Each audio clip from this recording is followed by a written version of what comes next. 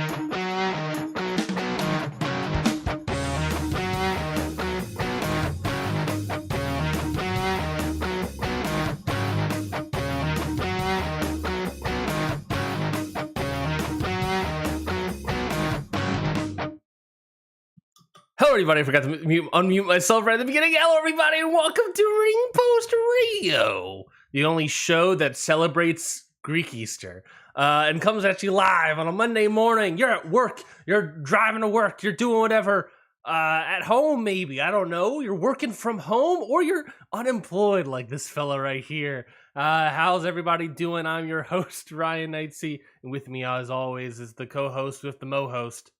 I don't know if that works. Scotty Edwards. Scotty, how you doing today? I'm doing great. I know, I don't know how this works for everyone, but maybe this is just a Boston thing. So today's Marathon Monday here in the great city of Boston, the great state of Massachusetts here. So like for Patriots, hey, like on Patriots Day, which is of course today, a lot of us usually have work off. So like for us, it's usually an off day.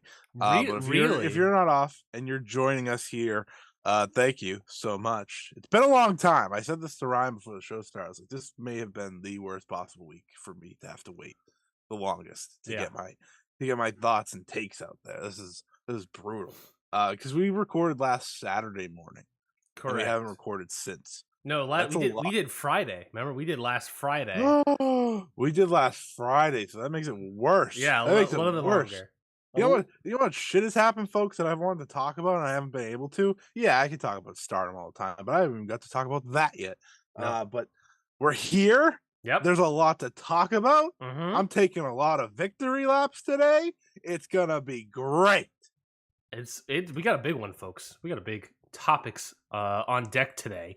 There's been some news. A little news. A little bit of news.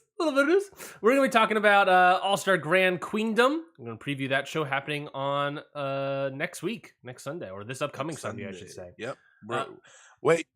Programming alert. That means we're not recording until next Sunday night. Yes, that is officially a Ring Post Radio Nights Day is next Sunday. So moving the schedule all over the place 3 weeks in a row. All the more reason to make sure you subscribe to the podcast version of the show in case you missed the live feed. In case you missed that, definitely, so that you're able to check out the podcast version. Subscribe to Ring Post Radio wherever you get podcasts. But that being said, All-Star Grand Queendom next Sunday. Next Sunday is also going to be a Ring Post Radio Nights, so we can talk about the show afterwards. Best show ever. Scotty's farewell song. Just like him and Jamaica are going to go off in the sunset, holding hands, retiring forever. I'll be quicker though. I'm not having a second retirement match. What are you talking about? All 92 episodes of this show have been your retirement road. That's what this show has ultimately been. It's true. Hell of a road. We also have on deck for you all today, we have Impact Rebellion, the Impact show that took place last night, their pay-per-view. That's the way to excite the people. We have very cold ice takes from Sakura Genesis. I thought was a great show. So I want to make sure we definitely talk about that. Of course, there was other things that happened this weekend. Triple Mania happened. Of course, got to put in Triple Mania. Noah had a show as well, and I've heard decent things to okay things from all those places. But I was gone. I was in South Carolina this weekend. I've had sickness from pollen. Went to South Carolina, saw a bunch of bands at a music festival, and enjoyed myself and imbibed quite a bit. And then you celebrated Greek Easter. So I think we had two equally fantastic, exciting weekends. I have to imagine. I had a good time. What is the difference between Greek Easter and Easter? Besides being Greek? Greek food? I don't know.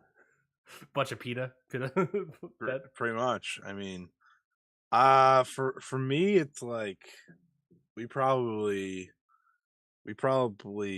give a little more celebration to Greek Easter than regular Easter, honestly. Okay. Like, I think that's probably the big difference. Do you still? It's more like our Easter. I don't know like the historic stuff behind it or anything. That I just show up and eat food, have a good time. Yeah, eat food. Yeah, as most holidays are. I show up, eat food, spend time with my family. It was a good day. It was a long day, but it was a good day. Oh, that's wonderful. That's a wonderful occurrence to have time with family, have time with friends, and eat all the pita bread you want, I guess. I'm trying to think of any other Greek food. This is pretty Tzatziki sauce? embarrassing that the Tz- only Greek food you can think of is pita. Tzatziki? I've been to Greece too. Tzatziki, I've been to Greece. tzatziki, yeah, I've eaten tzatziki. Grecian food before in Greece. Grecian? I believe that's what it would be. It Grecian? sounds wrong. Grecan? Just do hard G's. Greek. Just say Greek. I've eaten Greek food before in Athens. I've been to the Parthenon. I've seen Delphi. I've run the tracks of Olympia, and I don't know any other Greek food apparently. But today's not the day to discuss that. Today's the day we're talking about a bunch of news items we have today. Two shows got announced that I am very intrigued about. One of which was happening, which was announced from New Japan last night, the Collision of Philadelphia show. They announced officially the All-Star Junior Festival USA taking place in the 2300 Arena. It's going to be happening. The date is Saturday, August 19th. Scotty, are you excited about the All-Star Junior Festival coming to America? I am kind of excited. Okay. I thought the first one, while fun, was kind of like whatever. Yeah. So like, gotta be a little careful in my excitement. Now if we're bringing Mystico along and some Soberano Jr. and this whole crew of folks from CMLL, and then we're bringing in AEW folks and stuff like that. Impact then we're folks, I talking. imagine. Then we're talking, right? Impact people, I imagine. Chris Bay, Ace Austin will probably be there. Yeah. So then we're talking, but I think the only thing is like just based off of how the first one went, I'm not as excited as if it was all together again, for example, Yeah. which is of course happening as well. But it should be a fun show. I'm excited to see what they put together. It's so far away, unlike the last time we got one of these announced. Like we got one announced and then it's like it's here. At least this time they could take time to make it happen. So it's pretty much 4 months away from today. So yeah, so we have plenty of time to get to All-Star Junior Festival and speculate and make sure that it's not a tournament of any kind, even though I think that would be pretty cool. But we'll see a bunch of graphics. That'd be fun. We always love seeing the graphics of people popping up. Another show that was announced last night via Impact. Speaking of New Japan, of Impact, they officially announced a bunch of their upcoming shows. Impact did, including Slammiversary, Bound for Glory. There was something else. Was United Under Siege. That's what's called. Against All Odds, Emergence. They announced all this shit. But you know what they did announce? They officially announced Impact X New Japan Multiverse United 2, For Whom the Bell Tolls, again in Philadelphia, Pennsylvania. This show is taking place. Did they announce a date? I feel like they did announce a date. it's the day after. Yeah, it's the day after in August. So definitely there will be Impact. It's the same building as well, and also to Philadelphia, also in the 2300 Arena. So I have to imagine that it will be back-to-back days, and there will be a lot of Impact involvement in the All-Star Junior Festival. So you can't wait. You got to check out the All-Star Junior Festival. Ace Austin will probably be there. Chris Bay will probably be there. Who else? Trey Miguel, Impact Angels? Wrestling star Kushida, of course. Impact Wrestling star Kushida will be there. Alan Angels, I guess, will be there. I'm trying to think of any other juniors. Speedball. Would he be considered a junior? Absolutely. Okay, well then perfect. Well, Speedball might be there. I wouldn't be shocked if he was in the best Super Juniors. That would be fantastic. Jonathan Gresham. You can't tell me he's not a junior. He is a junior. It's just a matter of if we're going to consider him one or not. That's true. Maybe Impact superstar Kevin Knight, Impact superstar Yuya Uemura. Yikes! Remains. Yeah, we're going off the rails here. Oh, Impact superstar Laredo Kid. What are the odds Laredo Kid works your show? I think probably less than 0. Yeah, it feels that way. It certainly feels that way. Well, we'll see what happens with that show, with both those shows. Speaking of new shows coming out, it was not really formally announced, but we're still waiting on that formal announcement. We have more information regarding the upcoming show, AEW Collision. It's previously reported by Andrew Zarian of the Matman podcast in March that AEW and Warner Brothers were closing in on a deal to add a third AEW show. Scotty taking a quick sip here. A third AEW show. They announced there was a trademark filing for AEW Collision.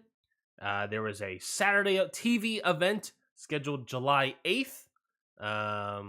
So a lot of things coming together. Looks like the show's going to be happening. And then a bomb dropped. Another bomb dropped on top of that. It looks like not only is AEW Collision going to be, I believe Dave has said, a 2-hour show. Not only is AEW Collision going to be, looking like it's going to be on Warner TV proper, which is huge, and it's an additional hours for television, but this show looks to be the pathway to the return of CM Punk. Whether you like him or you don't like him, whether you're over the brawl out chomp chomp or not, he is coming back. It's looking highly, highly probable that he's coming back. And he's coming back for this show, for AEW Collision, and sort of being a spinoff. There seems to be, according to some reports, that there might be a brand split kind of thing happening. We don't really know what's officially happening with the show, but it looking like we're going that direction. So get ready, folks. AEW Collision, CM Punk headlining. It's his show. He's trying to make a effing business over here. CM Punk is back, or about to be back. Scotty, I think there can be no other words to say that how excited you are. So the floor is yours, I believe, sir. The floor is yours. How are you feeling about the highly probable return of one chick magnet Punk? It was inevitable. Okay, people? Like, CM Punk lifts the Thanos gauntlet. I am inevitable. Yes, I am inevitable. Except when I snap, it'll actually work. This was as time went on, and Tony Khan did not release this guy from his contract. You had to know it was coming, and you have to understand why it has come. At the end of the day, this is a business. And business means you're trying to make money, you're trying to draw ratings, you're trying to do all that. That is what CM Punk has done. And you'll have people that say, well, towards the end of his run, ratings weren't doing all that well. Well, guess what? They were still doing better than what MJF has done as world champ. That being said, I am happy. You know why I'm happy, Ryan? Why is that? Because I like watching CM Punk wrestle. Yeah. Okay? It's pretty good. Listen, CM Punk has never done anything to me. And I think that's what a lot of people forget. You can be upset with what happened, obviously. The Elite can be upset with what happened. They were assaulted. At the end of the day, that's what happened. They were assaulted. But CM Punk didn't personally come to your house and take a shit on your porch and run away. He didn't punch you. He didn't fight you. The amount of people that take CM Punk's existence so personally terrifies me. It's like, what? Why? Why does he bother you so much that you have to talk about it for weeks upon weeks upon weeks upon weeks upon weeks upon weeks? He's coming back. He's always been coming back. So just deal with it. And now, if you want to get mad at anyone, don't get mad at the guy that continues to work there because he didn't get released. Get mad at the guy that didn't release him. If you want to get mad at someone, they could have cut CM Punk the moment it all happened. But something in there, Ryan, as you and me have talked about, hasn't made that happen. Whether he's an EVP or an official, or they're an official matter besides just being a wrestler, or like you tossed around, maybe he has some stake in this company one way or the other. Who knows? Who knows? I don't know. But what I do know is CM Punk is coming back, and he's been coming back for months now. If he was healthy, he would already be back. Just accept that, people. That Chicago show, that should have been your first, oh, it's time. When's the last time they did a Chicago show? It's been a long time. The last time they did a Chicago show, the Elite got booed out of the building. Just remember that. And that was a great match. That was a fantastic match to do. So to do good. everything. It was so good. Listen, I'm not going to sit here and I'm not going to say I'm mad that the Elite don't want to work with this guy. I'm not, because I understand what happened to them. I understand the problem. But I'm also not going to sit here and act like I'm not amped up that CM Punk is coming back to professional wrestling. Because I don't know if everyone remembers when he was in professional wrestling and he was actually wrestling, that first run there before his first injury. It was a great time. It was a great time for AEW. If they're going to go with a brand split or a loose brand split where it's not actually a brand split, but it is, and they all have to work on the same day on a pay-per-view anyways, so be it. So be it. I understand why Tony Khan's doing this, and I think a lot of people need to realize this is absolutely partly Warner Media, too. You have to realize this. There's a reason they're giving them a second show, and there's a reason that CM Punk's going to be the headline attraction of that second show. Because listen, getting ratings on a Saturday night, prime time, it's going to be harder than a weekday. That's just the facts. More people are out and about on Saturday nights. That's just the truth. But if you have a guy on there like a CM Punk, like a Chris Jericho, you may be talking. I'm looking forward to it. Does that make me a bad person that I'm looking forward to a good pro wrestler wrestling? This is pro wrestling, people. Worse things have happened than the return of CM Punk. There are worse people who have returned to wrestling. It's not even a question.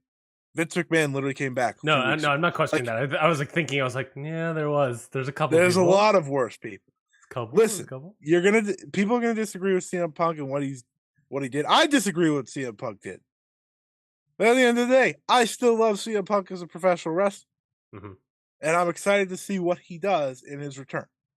Yeah, no, it should be exciting. I mean, either there's the fact they're potentially doing, maybe I should say this part of it. So this is quoted from Andrew Zarian as well. He said on the following on Matt Man podcast on Saturday or yesterday, I believe. He said that here's what I understand. The show looks to be starting on June 17th in Chicago, a Saturday night show. I'm hearing it's a 2-hour show from 8 to 10 on Saturdays. He added, they may be preempted some days. I don't know. That's me interjecting based on how things work. I also believe this is going to be on TNT. Multiple people I spoke to said probably on TNT, so that makes it even harder. Zarian in the past has had like a lot of like Warner Media people that he knows, and it's always typically Warner Media people. That's typically what his sources have always been. So I don't know. The television aspect is also fascinating. It's to do a soft roster split is also very intriguing. I saw Dave talk about it. Dave Meltzer talk about it and say that it's fascinating to do a soft roster split all while like Ring of Honor is still like, what the hell's happening with this show? what is the roster for Ring of Honor? No one knows. That like people want a hard roster split with Ring of Honor, and we don't have that at all. So I believe Dave questioned the purpose of Ring of Honor at that point. But beyond that, it's very intriguing. Another 2 hours is huge. To have huge star power like Dynamite is interesting. A soft roster split to me is just code for we're gonna have a roster split, but if we need people to boost the ratings of another show, we'll put them on it. I think there are people that are going to be undercard, lower card people that are probably going to be flipping, flopping all over the place. Yeah. This is CM Punk return comes with potentially more money for this company, more money for everybody that works there, more people that can get signed maybe because CM Punk is working there. Not saying he's going to sell out Wembley Stadium just his announcement alone, but I'm saying that he will bring in revenue for this company. And not just that, but he's coming along with them another 2-hour show with this company, which is more work for talent to get better faster a soft roster split so that if down the line maybe you want to do the Elite versus CM Punk or whatever, then it's even hotter because it's been a long time. We're gonna get. I've seen rumors that maybe it would be the Collision show will be like CM Punk. The Collision show will also have Jericho JAS on there as well. And who the hell knows? I think it's gonna be fascinating to see what happens with that show. I think it's gonna be fascinating again to see what Tony Khan does with it. Right? I mean, Rampage was never supposed to be a B show, and I haven't watched Rampage. I'll be honest, Scotty, in the last 3 weeks. I've been really behind on Rampage viewing. Ring of Couldn't be Honor, less essential. yeah, Rampage gets even more less essential. Is Rampage still going to be happening? You know, we discussed this about with the Ring of Honor tapings, right? If you are Tony Khan and you're booking this stuff, how much of this stuff is live? Right now, it's just Dynamite. Is Collision? The belief is that's going to be live. Are they going to do? Be, right? You would think so, right? Like, and you would also think we sort of had this discussion about you can do the Ring of Honor tapings at this Collision show, and then you can do Rampage and Dark at the at Universal. You can do at Dark, but you can also use Dark and Rampage on Dynamite, right? And you can do all that stuff. So then you have 3 hours of Dynamite talent versus 2 hours of Collision talent or whatever, and you get more. Either way, it's good all around the board for the show part. CM Punk coming back. I love CM Punk as a wrestler. I think he's a great wrestler. He's obviously a fantastic promo. I would be at least very nervous. He's going to be moving money. He's doing the stuff. The one thing that is always going to be pushing back with the CM Punk return is he's not going to change, right? It's been proven he's not going to change. It's proven he's not going to do all that stuff. No, we'd be crazy to think otherwise. We were already we saw what happens if someone upsets him. Just one person upsets him and he'll fly off the handle. So it's interesting to see how that show is going to work. It's interesting to see how Punk being back in the locker room dynamic is going to work, especially now post Brawl Out, Chom Chom. Because, you hear the reports of, people really respected CM Punk and really loved CM Punk and working with him. A lot of that before Brawl Out. Post Brawl Out, you hear a little bit of that, but you also hear a lot of people being upset by it. How many of those people are now going to have to work with CM Punk on this Collision show? How many of those people are like, oh, I don't really want to work with this guy at all? You're going to have to do a soft brand split based on people's ability to like CM Punk or ability to work with CM Punk. That I don't know if it's a bad idea. If that's a good idea, if that's a bad idea, I don't know. It's an interesting idea. CM Punk back in the locker room can do good things. It could also be damaging. I mentioned this before in the show. I feel like I mentioned this when the Brawl thing happened, when we talked about it first, that CM Punk coming back into wrestling is one thing. CM Punk in AEW has been like this huge like Pandora's box that once you brought in a star quality person like CM Punk, and then once he's gone, you feel it. Before he was brought in, it was like, oh, this is a great show. Once he got brought in, it became, well, then where's CM Punk? What's happening with him? And now the Pandora box is open. This is going to alleviate, I think, a big elephant in the room. Either firing CM Punk or bringing him back is going to alleviate that. They chose bring him back because that means more money. We could have a whole nother show and sell that show to TNT. It's a smart money move, and I'm not going to blame Tony Khan for doing that. Hopefully, his run can last longer. Hopefully, he doesn't get anyone mad. But if he does, I guess they'll just become members of the Dynamite roster. I don't know. I think him coming back is a good idea. I'm just still going to be concerned because you don't want it. I don't know. If this happens again, you got to fire him. If another thing happens, you got to let the guy go. So there needs to be concern. I'll say that. Obviously, it needs to be addressed. That's the biggest elephant in the locker room. Like, I think right now we're at the point where it's the Elite as one show, Punk is the other, and it's funny that it is that way because the whole conversation for the longest time has been like, which would you rather pick? And Tony said, "Well, I'll pick both. If I could I'll just have do both, why not both? yeah, I'll do 2 shows and I'll call it a day." It's gonna be interesting to see how they do it, obviously, but but I think something to remember here, or to maybe make some people feel better about it all Mhm, is when CM Punk first came back, he everything was great that he was doing, obviously. But what he did so well is that he was the staple for Rampage for, like, the first couple months. Everything CM Punk was doing was on Rampage, it wasn't even on Dynamite. Yeah, he had promos on Dynamite once in a while, but all his matches were on Rampage, and it made Rampage must watch, yeah. right? We're talking about here how Rampage is no longer even close to that. It's mostly skippable. Um, there'll be, like, one good match once in a while, and Yeah. that'll make you go out of your way, but And what other Rampage does is, like, build up promos and histories and drama for people that then they eventually move to Dynamite.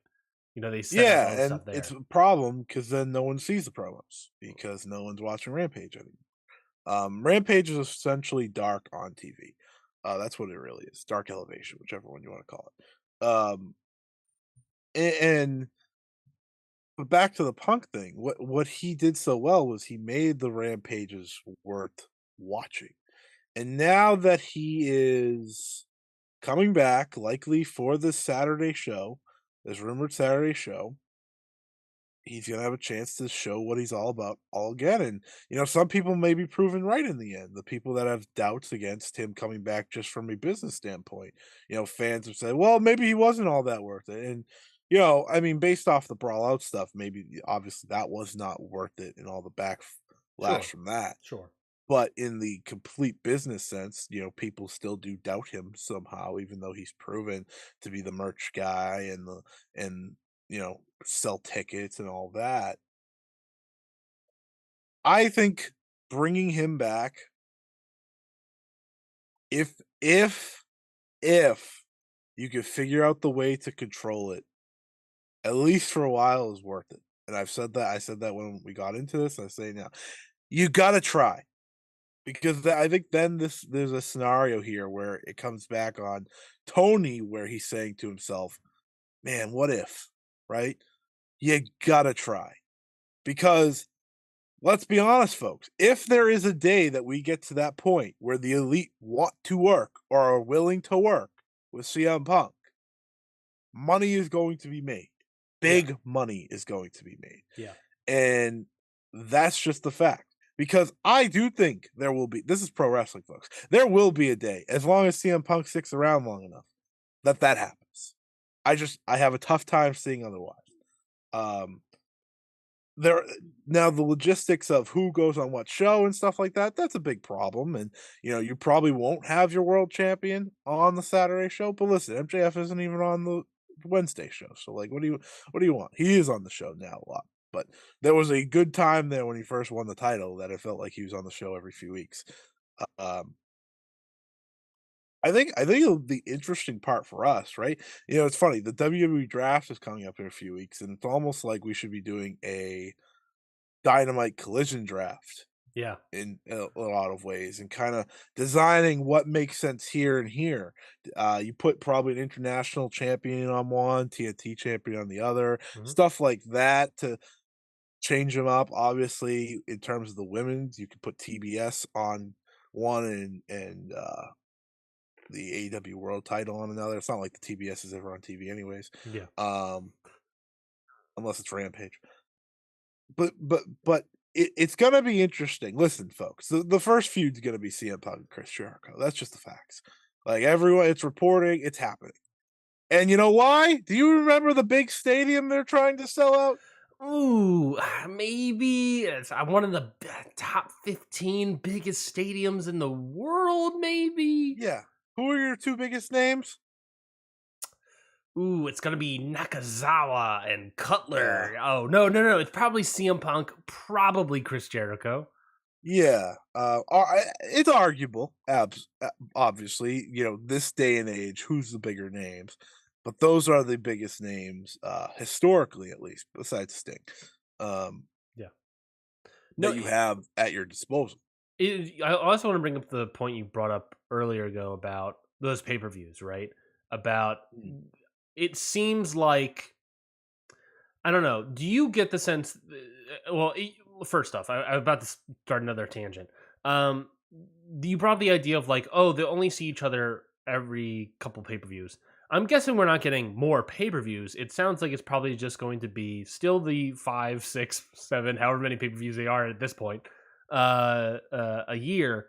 And then they do the separate shows, they're doing the separate lives, and then they come together for this one pay per view event, Yeah. which would make sense. Which would make sense to do. And that way, you can sell out maybe more pay per view tickets. You don't want because you also don't necessarily want to create. I think it's a good idea for Tony to create the competition in the television ratings. Mm. We know how much people love the war of television ratings. We know everybody loves that. So I having a mean, war there, you don't want a war in pay per view buys. That's right. a whole nother. You don't want that. Just have them all on one show and sell that one. Have them fight between television ratings. I think Yeah, that's a better spot. if listen, I think this is the most important one of the most important part. If they can't come together for one show every few months, then clearly you shouldn't be doing this in the first place. Like, if they can't come together to do one show Yeah. every 2 or 3 months and have nothing to do with each other except that they are on the same show, then clearly there's bigger problems here. Um, it'll be interesting because, I do think that this can work, I think it can. and I think I truthfully think if there was always the plan to bring back CM Punk no matter what, this is about as good of a plan as you could do to kick it off, I Yeah. think. I agree. Now, Because it's will not you just the a return of CM Punk to the AEW locker room. It is comes with a 2 hour television show where people can work more. Yeah, and half of the so not half the Because then problem, part of the if problem. Punk is gone, you already sold the TV show to TNT. You have the TV show now. If Punk leaves, then great. You still have the TV show. You're gonna make money. Listen, there is a lot of AEW content now, a lot. This is going to be overload. This is now going to be WWE levels of content per week. That's 2 2-hour shows, 1 1-hour show, 2 YouTube shows, which, by the way, you can get rid of one at any time, Hmm. and Ring of Honor. That's a lot of wrestling. They literally have SmackDown, Raw, NXT, Superstars, Main Event, anything else you could think of. Like, they are gonna have that in their own version. But that being said, Ryan, we have sat here on this show and we have talked about how AEW does not have enough time for all the talented wrestlers that they have, Yeah. and they're only going to keep bringing more in. Yep. That's the thing. Yep. There are new prospects every day. Nick Wayne is finally showing up in this company soon, folks. There's things like that are happening.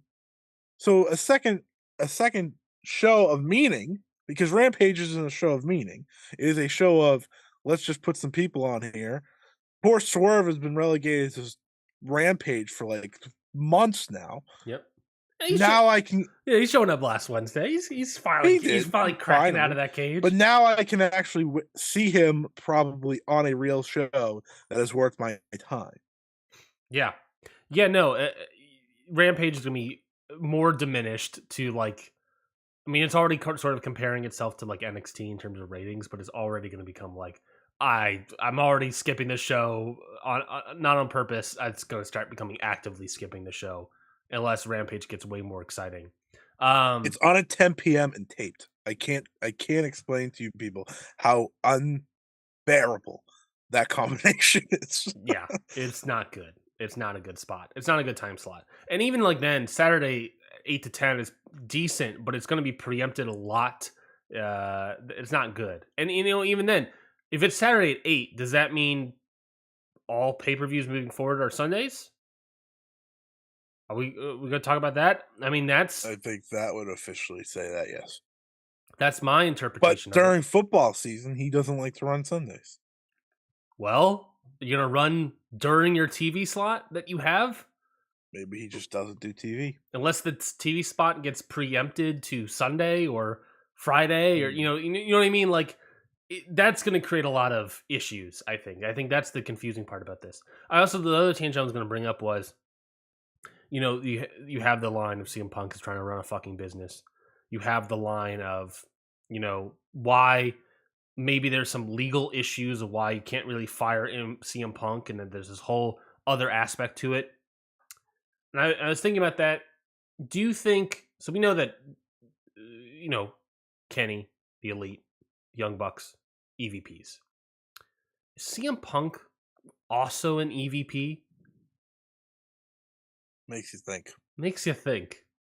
A lot of the things make He's like, and then coming back for a TV show that we're calling the Punk Show. Is he also maybe formally gonna run it? Like, is it gonna be also his show?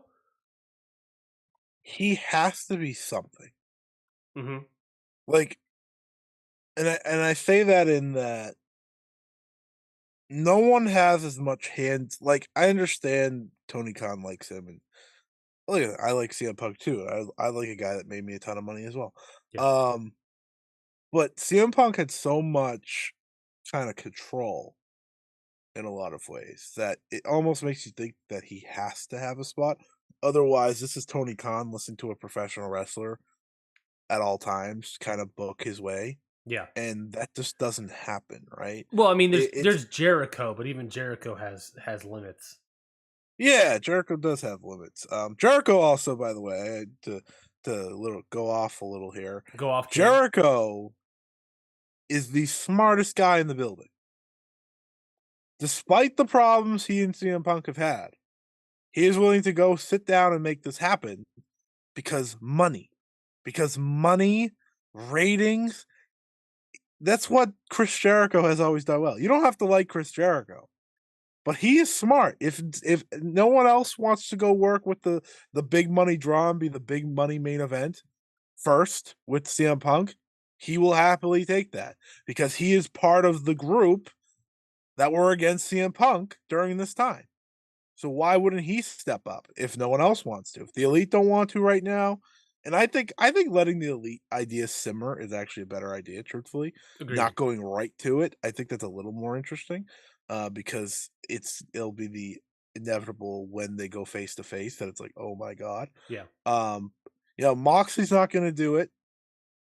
I I I would probably truthfully, I think Moxley's less likely than the elite at times, just because of how I heard Moxley talk about the whole situation. Though I think he would do business eventually too. well, I do think he will be able to do business because he did business when he didn't have a contract of CM Punk before. This is very true. This is very true. And but I just wanted to say Jericho's very smart, and if you don't like that being the first feud, well, someone else could have said yes, but there's few people bigger than Jericho in the company. Anyways, W- back to what you were saying. Oh, go ahead. I was also going to say that. How do you also feel? Kind of what you're talking about there about people coming to the table and working with him. There's also been stoking of the flames of the culture war of Elite versus Punk slash FTR from a lot of different parties in that group, mainly one bolded man.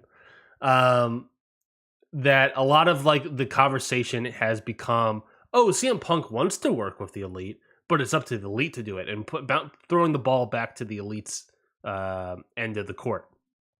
Uh, Yeah. how do you read all that stuff? Do you think there's prevalence there? Do you think it's accurate to be like, oh yeah, oh the Elite just have to do all this stuff. The Elites are the one not coming to the table or whatever. Like we're saying, we could see Moxley working with Punk. He's done it in the past without a contract. We can see Jericho working with Punk because the guy likes money, and it looks like he might going down that pipeline. Do we ever think do we think fully that, oh yeah, Punk's ready to work with the Elite, and the Elite are just the guys that are like, oh, I don't want to work with this guy anymore? What do you think's happening with that? Yeah, actually I do. I think I think we're at a point right now between the elite side and CM Punk side. And listen, there's probably still stuff we don't fully know, truthfully. Like only so much has come out about Brawl Out and the aftermath. But I do think it comes down to probably the elite not even wanting to sit down with this guy and talk, right? That's part of why the Jericho thing is working because they're sitting down and talking. I think at the end of the day, CM Punk can't get the elite to sit down and chat right now. And I think that's why we're not, and that's fine. Again, I want to stress, I understand why that's not possible right now because of what happened and because what these 2 have had to go what those 3 had to go through, right? They lost parts of their career. Kenny had just come back, and then he missed a bunch of months, and the Young Bucks missed a bunch of time. Like, I get it why you wouldn't wanna sit down about it right now. It's still fresh. It hasn't even been a year yet. It hasn't even been close to a year yet, and hell, we've been hearing about it since the moment it happened. It hasn't stopped. So, I get it.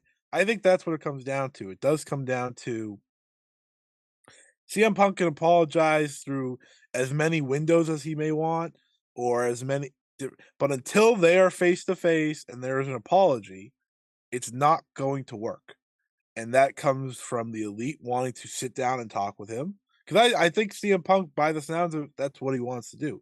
And this isn't me calling CM Punk the good guy. It's me saying he's probably trying to do business because he's not dumb. He knows what this means. But at the end of the day, there was legal action and whatnot. Why would the Young Bucks want to walk right back into that either? Do we know if CM Punk wants to come to the table to apologize, or does he just Oh, want to come? we don't know that, but I think That he has to be smart enough to know he has to I with I those I I two haven't parties. seen that phrasing around of he wants to come to the table to apologize to the elite. I've only seen, "Oh, I wanna work with them. I just need to talk to them first."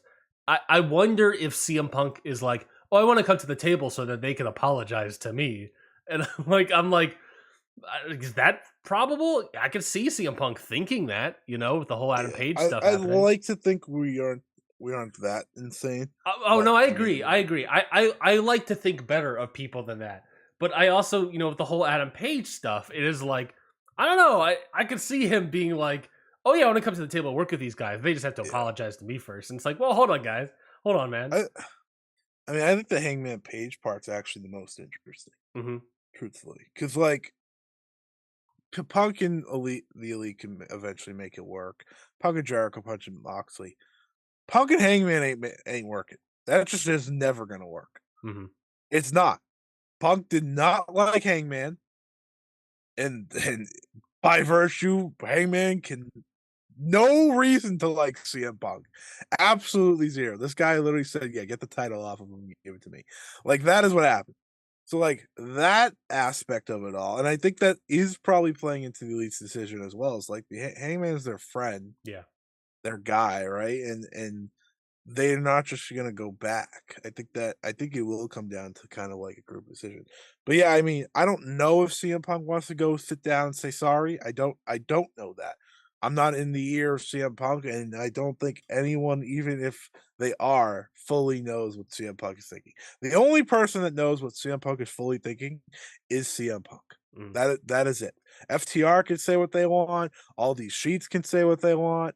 At the end of the day, what CM Punk wants is all in his head, and he's going to try to get whatever that may be.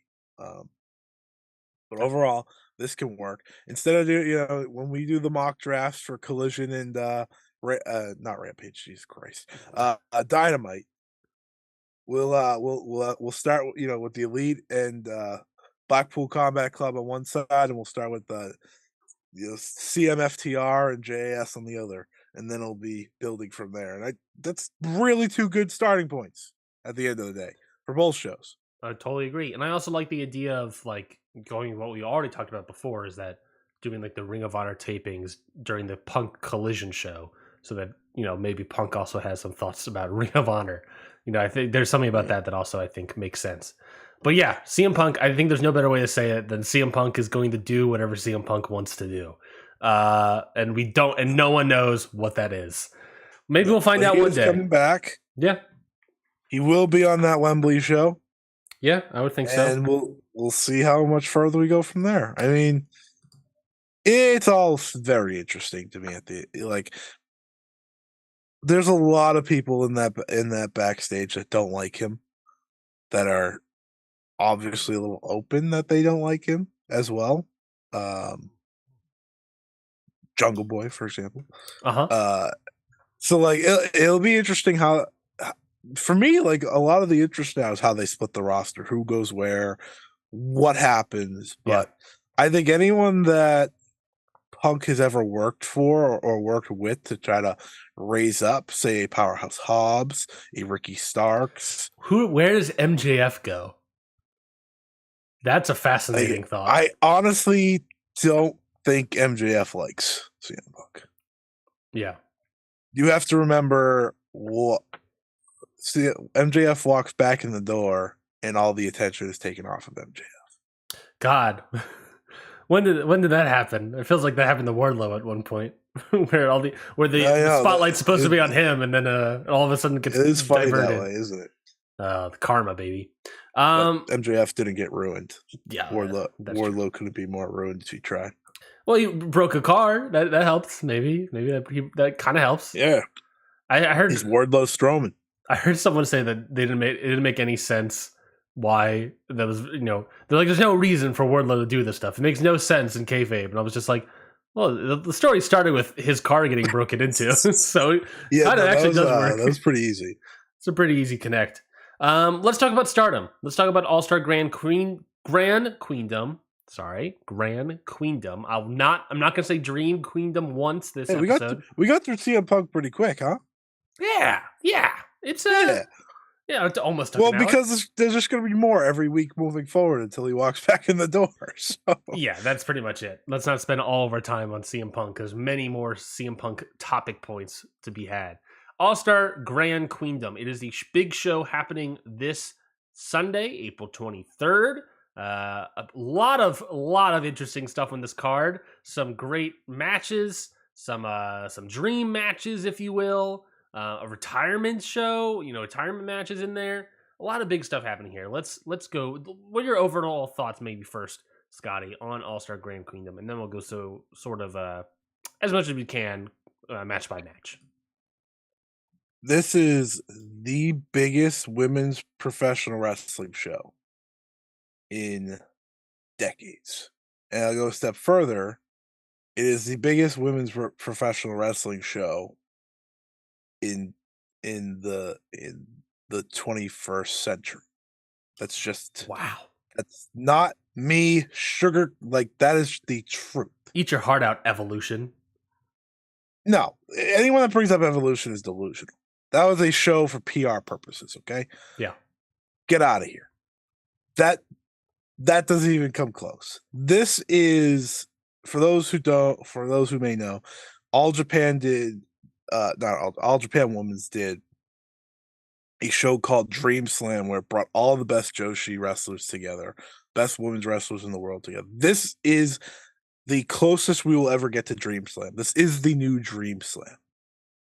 There is a reason this show means so much. Like, out of all the wrestling shows this year that we've seen, and we've seen a lot of great wrestling shows so far, this and the Keiji Muto retirement show in terms of history, it's like the closest thing to history we're gonna get. The Muto show, for obvious reasons, that was the end of an era in many ways, and the changing of the guard in Japan for professional wrestling.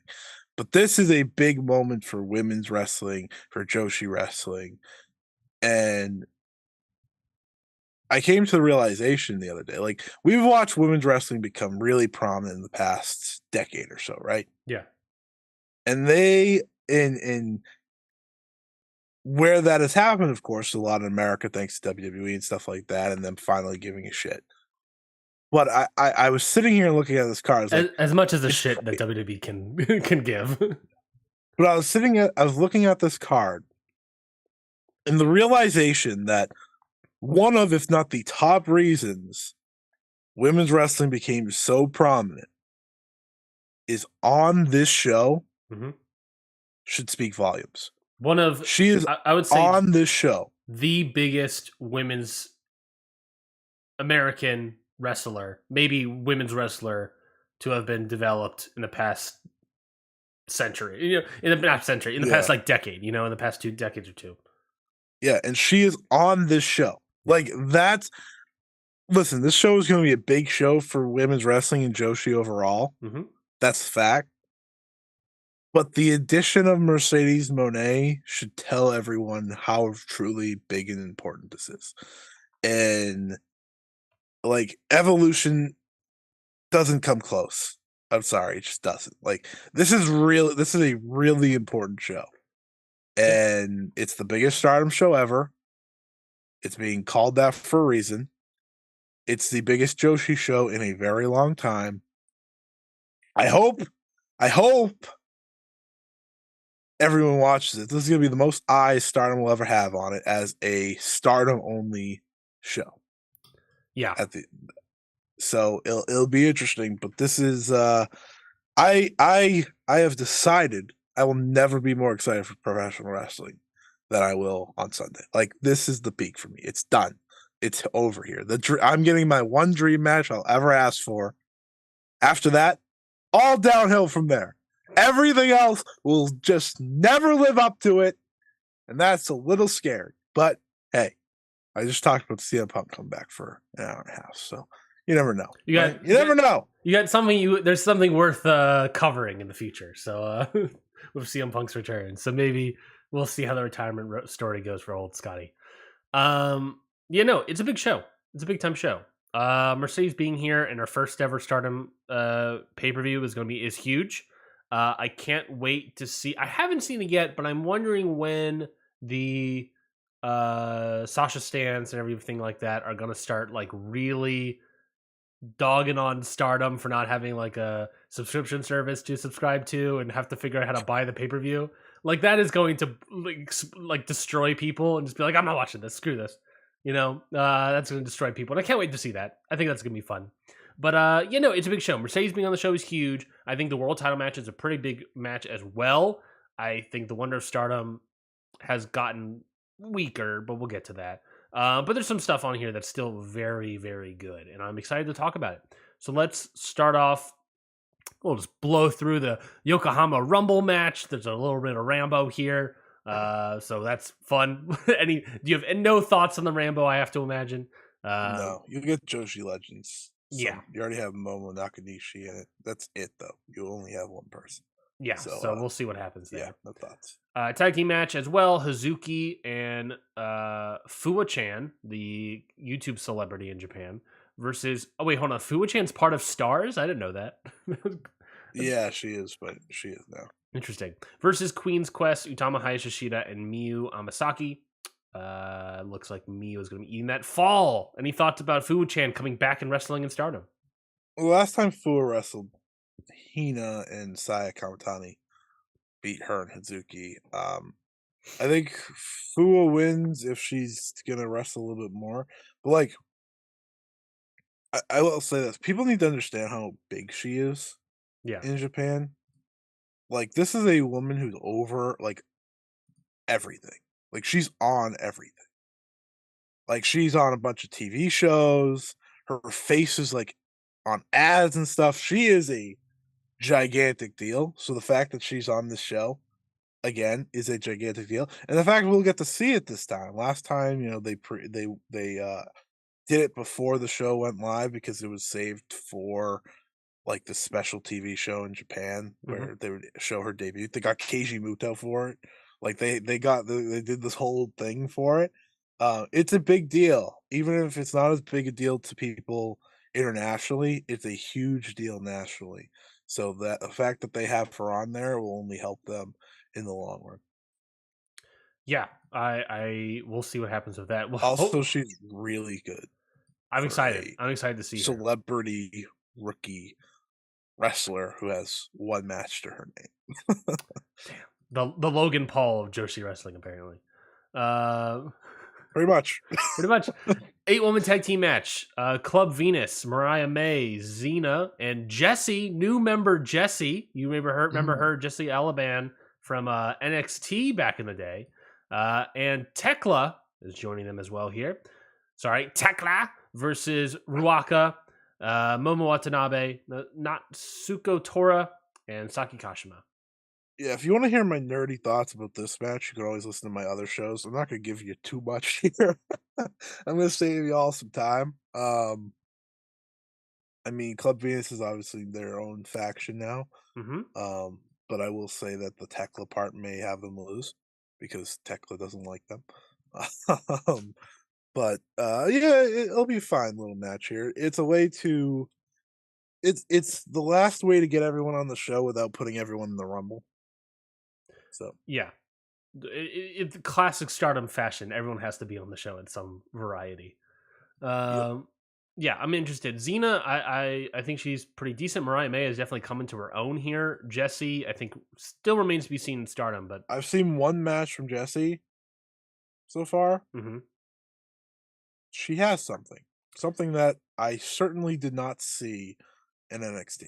yeah. Um, like she's obviously kind of like bigger than everyone else because she's wicked tall. Well, didn't they team her? Um, Didn't they like pair her up with like Saya Ida, who's like incredibly tiny? So just to make that even more prevalent. yeah, yeah. On the pay per view the other day, I think that's who she wrestled. Was it Saya? Momo Kogo. It was her and Momo Kogo I that mean, Momokogo they was cut. also very small too. So Yeah, and they like worked pretty well together. She did some Haas things well, so I was like, all right, this is why we hold off. If you're gonna get the if someone's gonna get the best out of you, Stardom will help that, mhm. as we've seen with like Mariah May. Mariah May's obviously been like the main standout of terms in terms of that, but yeah, she has something that I definitely never saw, so that's cool. Good to see. Tag team match: Starlight Kid and May Sierra versus Azame and May Saruga. This should start the main card. Yeah, Like, there's a lot of people that don't know who May Sarah is. I'm one of them. Formerly Meiho Suzuki of Marvelous. She is phenomenal. Like, she is Azumi levels of high speed wrestler. That's how good she was. Now she hasn't wrestled since 2021, Ooh, so we'll have to wait and see what she's all about. But this she not only will she be the next high speed champion, folks, she's probably gonna win here. She's probably gonna get a win over Azumi, I think, and then that's how you lead to that match. But this should be great. This is gonna be high speed greatness. This is the exact type of match you want to put on this show. hmm There was this tag that 3 of these 4 did. So take out May Saruga, put in Mio Momono of Marvelous. They did that tag on a Marvelous show. It was excellent. I yeah. expect this to be excellent as well. This should go 7, 8 minutes, full nonstop, because it's so different from every other match on the card. And let's just make the match. Well, let's just make it lucha rules, baby. Let's just have them flying in and out, Yeah, no constant, not tags. insane. Just No just tags. get go nuts. Just go. That's all I want to see. And May Saruga, I love May Saruga. I think she's been getting way better. I love seeing her in the high speed. What was it, Azame high speed title match that she had a while ago? Yeah, I So love good, that. so good. So I'm excited to see She's her. so creative. Mm-hmm. Like Mm-hmm. she does things that no one else does because of like the places she wrestles. Like anyone that's ever seen Gato move or like their Choco Pro series that they've done, Yep. in COVID, like you may watch that and be like, all right, this isn't for me. Mm-hmm. But like her wrestling in that little venue has made her such a better wrestler. Right? Like, I remember when she ran into the post Yep. against Azumi and leaped off of it, I was like, "Yeah, no one just learns that." Like, No. she jumping off the damn wall in that little building is what got her to do that, Mm-hmm. and it's great. Yeah. So, yeah, her being on this made me really happy. This is the Hameka retirement match. Hameka versus Micah.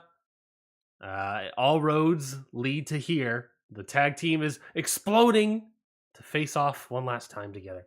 I mean, you have to think. Mike is winning. I have to think Micah's winning, right? Mike Uh, is winning or they're going to a draw. There's no Hameko winning. no, no. She doesn't need to. She's leaving. She's leaving the territory forever. Or she's wrestling her last Stardom. I mean, the Wikipedia entry, which I think is very funny, says this will be Himeka's Stardom retirement match. Very interesting to me to be like, oh yeah, she's. Well, she has another match after this. I was about to say, I was like, oh yeah, she has another match. Mhm. Yeah, I'm excited for it. I mean, I think Himeka has sort of been. I feel like she's been starting to. She's turned it on a little She's bit now. turning. Yeah, she's starting to turn it on a little bit. Yeah, I'm I was a little very happy to critical see. in the early going of the retirement road. I was like, "Oh man, we've turned off the gas," Yes. and she's turned the gas back on, Yeah. And now she's which going to is use the rest nice. of it. She's going to go to empty probably on this one. Yeah, too bad the poor girl has been dropped on her head like 7 different ways now, so it's like she had no choice. Like her match with Julia, which was really good a few weeks ago, Julia headbutt her, of course, and it's like, "Alright, that's mean." And then at the, Cinderella finals, Tam dropped her square on her head, to win the match, and Chihiro Hashimoto also dropped her on her head. So, she has no choice but to wake up because she is getting brutally assaulted. But no, this should be really good. It's funny, I haven't really I was never like, you know, the I like Tameka, but I was never like her biggest fan or anything, like a lot of people are. But the Same. emotions are starting to kick in now a little bit. Like, it's like, "Oh, this is pretty sad." Like, one of the original 5 from DDM's now leaving, and I think seeing everyone else react to her leaving is more of the emotional part for me, like, seeing Micah kinda react. That'll probably get me a little bit on Sunday more than anything else, but, hey, it's good it's been a good run for Himeka, and if everyone wants to learn a little bit more about Himeka's, run, you can check out Stardom Road on Tuesday as me and Trent did a full episode on the career of Himeka, so cheap plug, baby. Thank you. Cheap plug for the win. I'm excited to see this. I'm in the same boat where it's like didn't really have like a full on connection with Himeka. I wasn't necessarily emotionally invested in what she was doing per se all the time. But yeah, retirement is always sad to see. Sometimes good to see, I guess, if it's someone this young and retiring early versus Keiji Muto is retiring with no knees at all. I'm interested to see what happens with her. I'm interested to see what happens going forward with her. If maybe she'll ever unretire. Who knows? But I'm excited. Micah needs this win, I think, and Micah needs a push. So I'm gonna keep saying. Goddess of Stardom title match: Nanai Takahashi and Yu versus the New Era's Mirai and Ami Sourei. Before we talk about this tag title match, she of course was the winner, back-to-back winner of the Cinderella tournament this past weekend, where she officially won the tournament.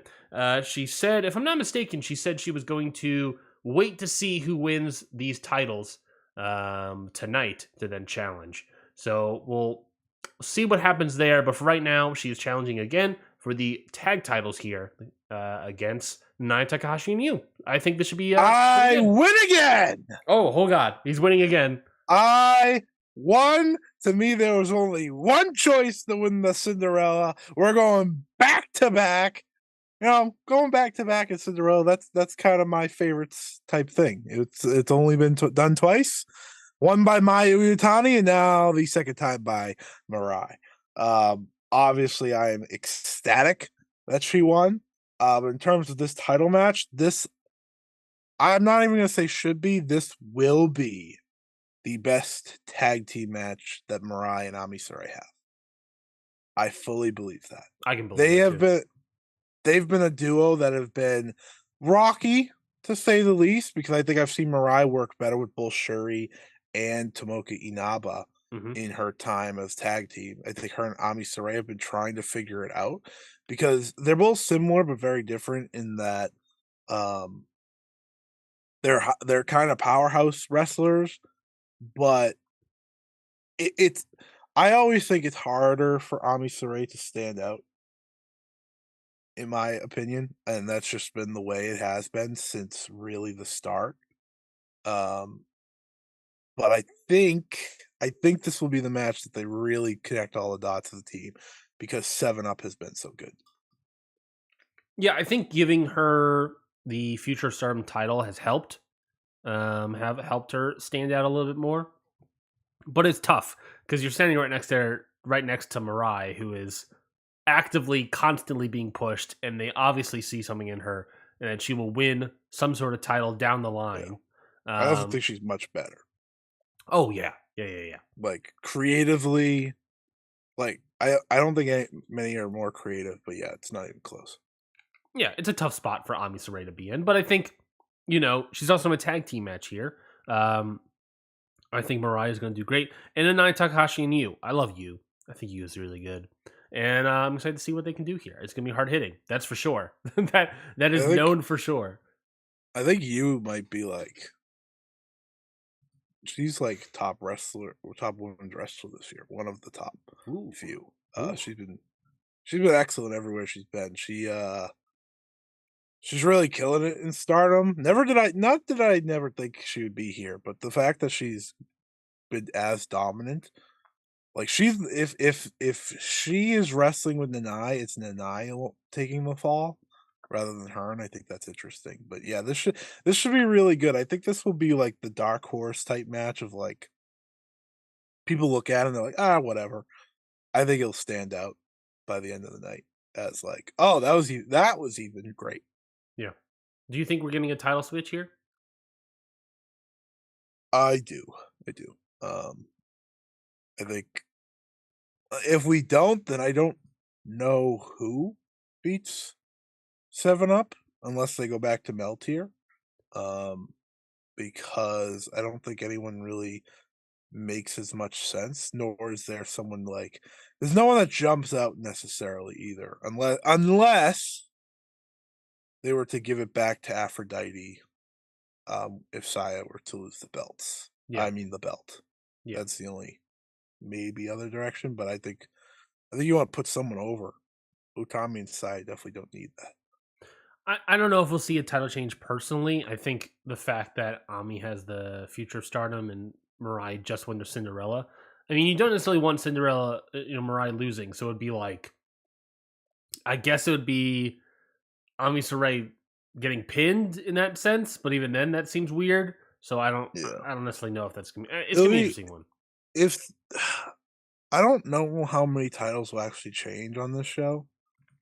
Like, there is a reality where actually none do. Yeah, there's certainly. I think there are at best two or three that could change. Yeah, I'm at 2, like, confidently, and then this one's the bridged one. Mm, It's like I could see it go either way because I don't know, just kinda how 7 Up matches have gone. yeah. And and it's not like the new eras are, like, the clear top dogs to replace them, so that's also why. But yeah, it's an interesting show. The Artists of Stardom title matches, Prominence versus Restart. The team of Kairi Natsupoi and the returning Sayori Anu. Anu. Yep, Is there you go. Sayori healthy? I thought I saw somewhere that saying that she is injured. Yeah, so she hurt her arm, and had to pull herself off of the Sendai Girl show, yesterday. Hmm. She said she doesn't have any structural damage or anything, so she should be back soon. I think it's a precaution more than anything. For anyone that doesn't know, like we've seen Suzu Suzuki, for example, take herself off of cards and be on the Stardom card, say the next week or something. Because at the end of the day, bigger paychecks and whatnot. That's just the truth. So I think that's what it's probably more of. I think they would have made a call by now if she wasn't going to make it. And not only that, I mean, she joined Cosmic Angels literally this past weekend. So like they Yeah, they have officially gone all in with Sayori Anu. This match is going to be bold. This could be. I wouldn't be shocked if this was some people's match of the night when the show's all said and done. There's a lot of great talent here. You have Kyrie and Suzuki going head to head for the first time ever.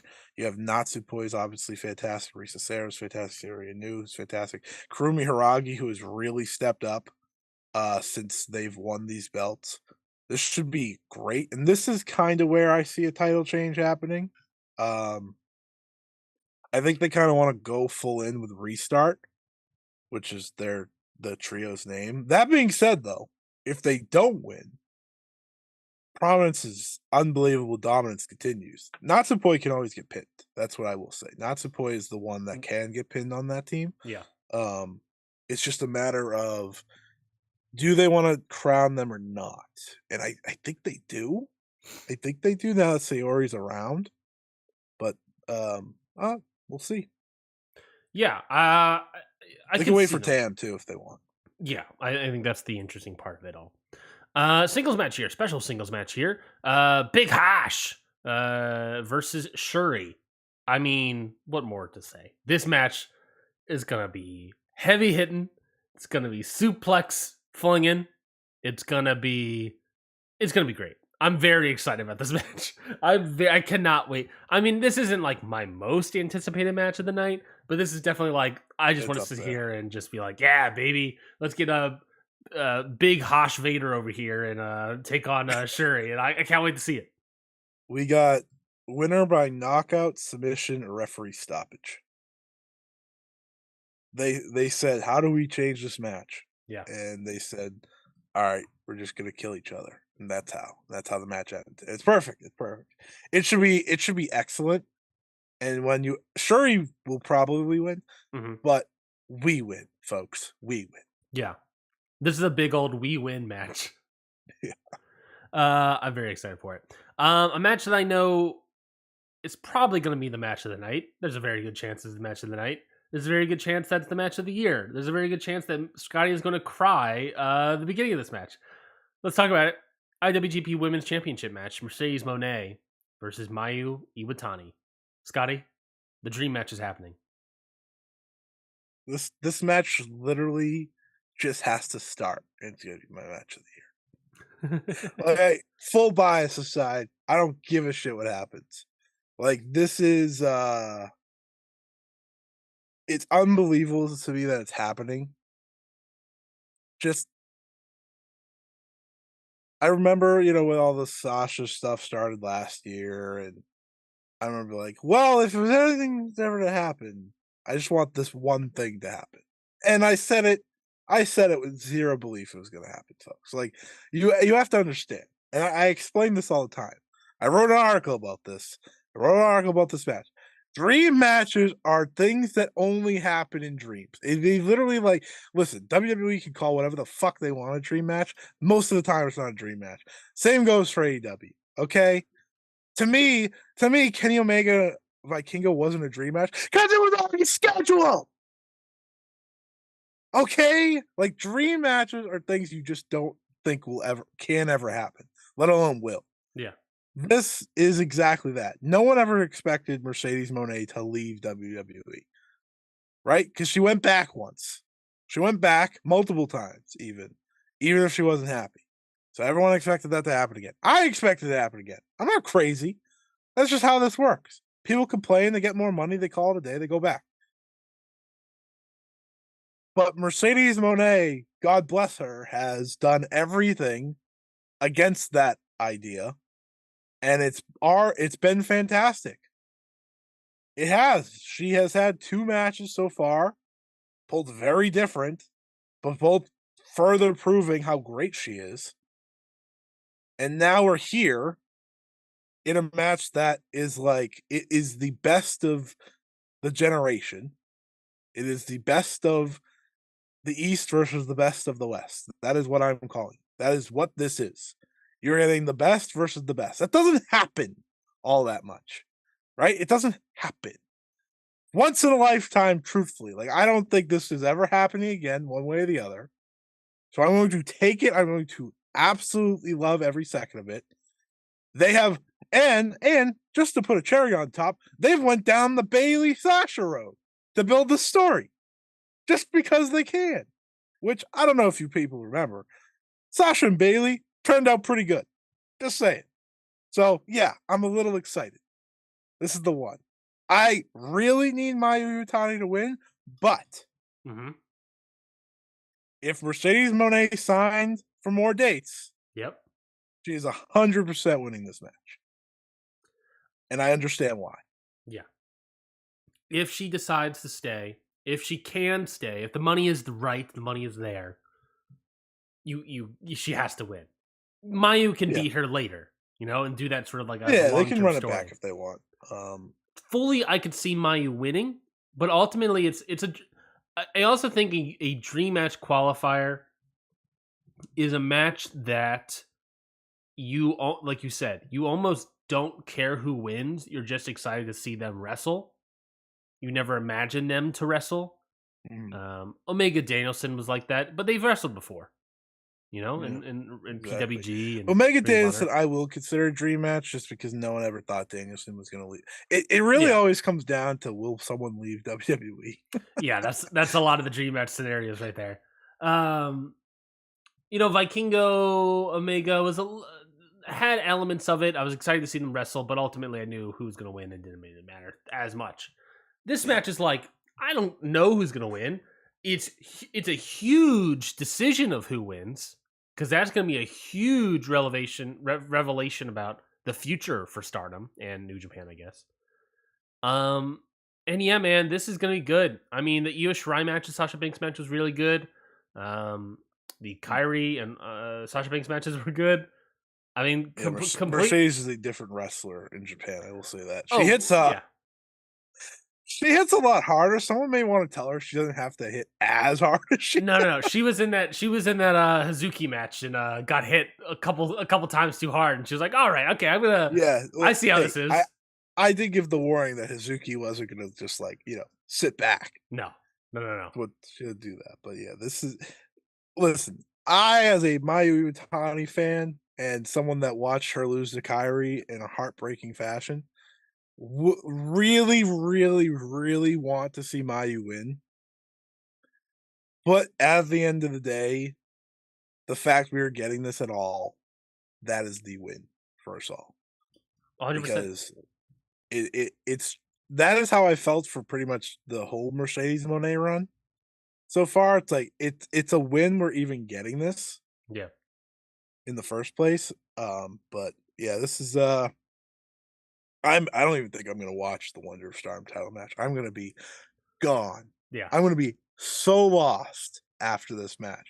Like, what a spot for Sai and Mina to have to follow.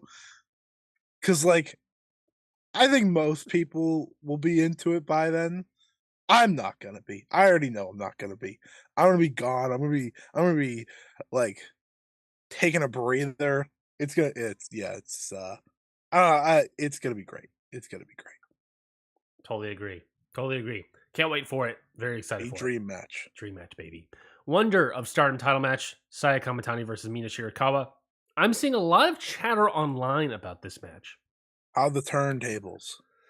Yeah. A lot of people were very excited about Mina Shirakawa. She had that huge injury, post-injury babyface promo that everyone loved, that we raved about in here. It was a great promo, great moment for Mina. She's come back, and she's just sort of been around. She's sort of been around, and people felt like this would be the crowning. This would be the end of Saya Kamatani's long run, and Mina would win here. But it doesn't feel like that's happening anymore. Really doesn't feel like that anymore. Especially with Mirai coming around the pike as well. I don't know. Doesn't feel like it's gonna be Mina's time here. What do you think? Oh, so sad. Too bad. What a shame. Too bad. Wow. Wow.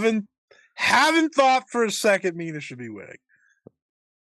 I listen, the story worked perfectly, right? Yeah. But she came back in a whole different fashion.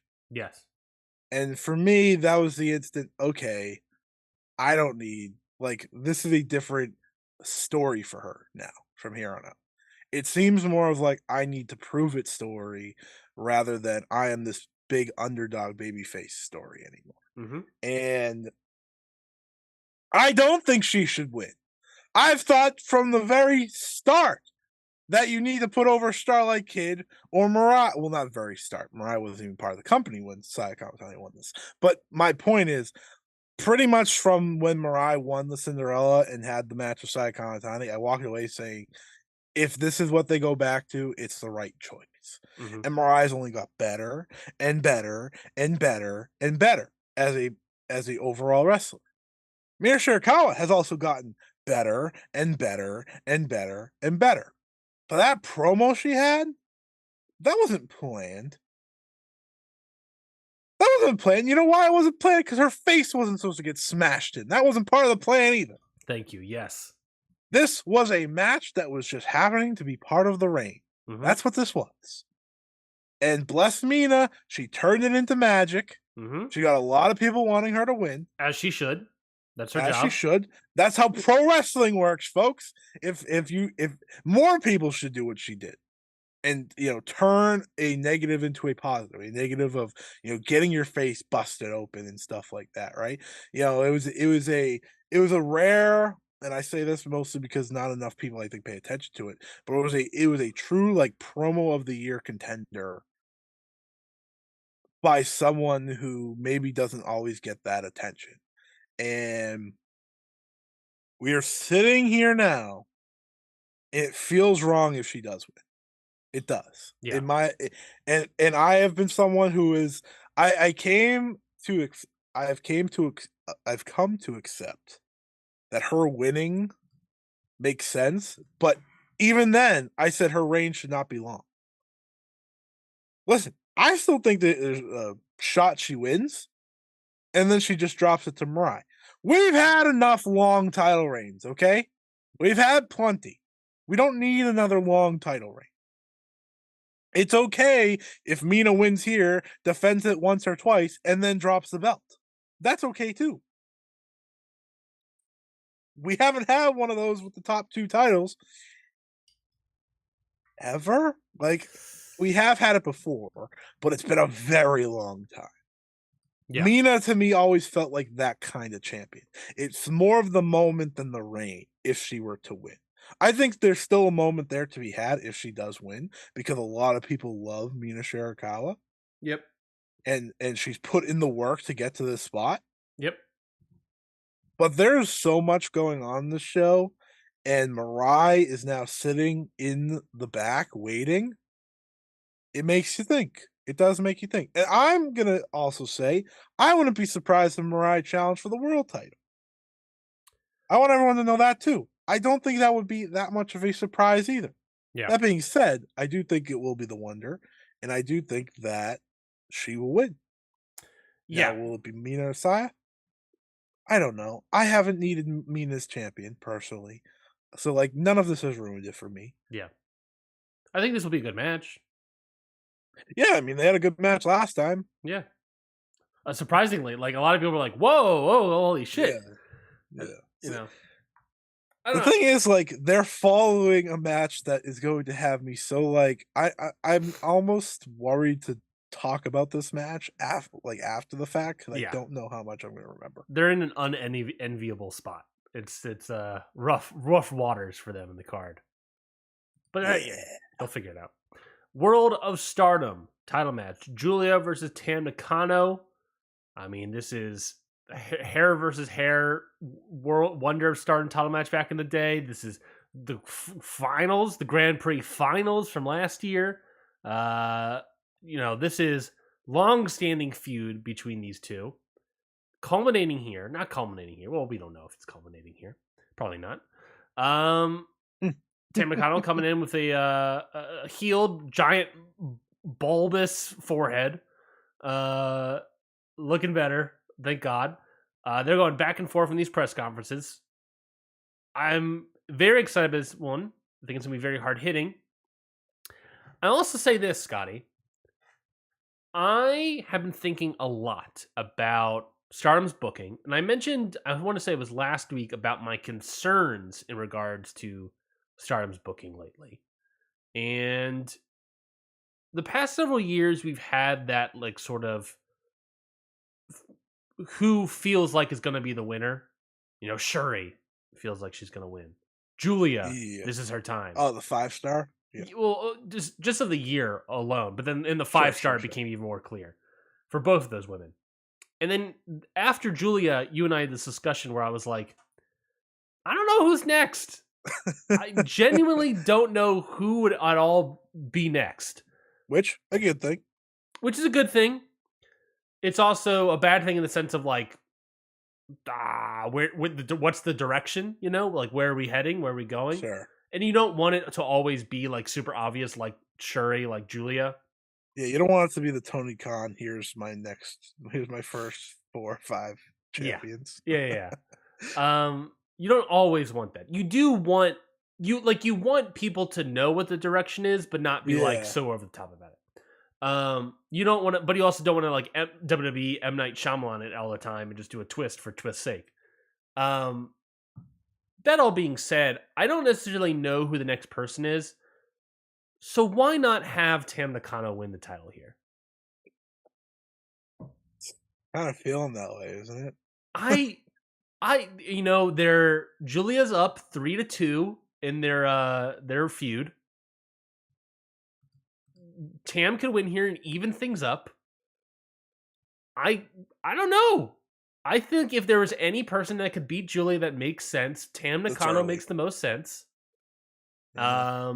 Maybe this is like the win here, or lose here, and then Tam wins the Grand Prix, and then go off and that do that whole thing, Yeah. and that's the year long story. But I don't know. I think if there's gonna be anyone, why not just make it Tam Nakano? I don't not a and this is coming from me. A guy on this show has said Tam Nakano has moments where she does not come up to bat.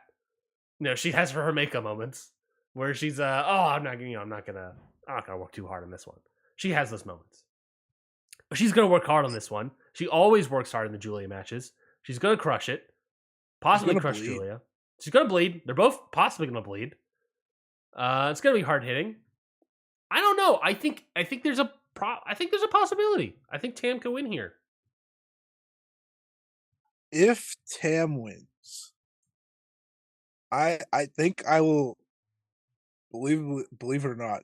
I think I'll go as far as saying if Tam were to win, this will probably be the match of the night. And that is coming from someone Yep. who just hyped up the biggest dream match of my life Yeah, is ever. risking his career for a match. Oh, risked it. Gone. It's over. But Tam Nakano winning. This is why she's so good at what she does. Yeah. She's made people believe that there's a chance. Hell, she's made, I think, everyone believe there's a chance. And it does come down to the question, why not Tam Nakano, right? We are in a spot here where the world title has been in the same loop for the past 3 champions, Yes. right?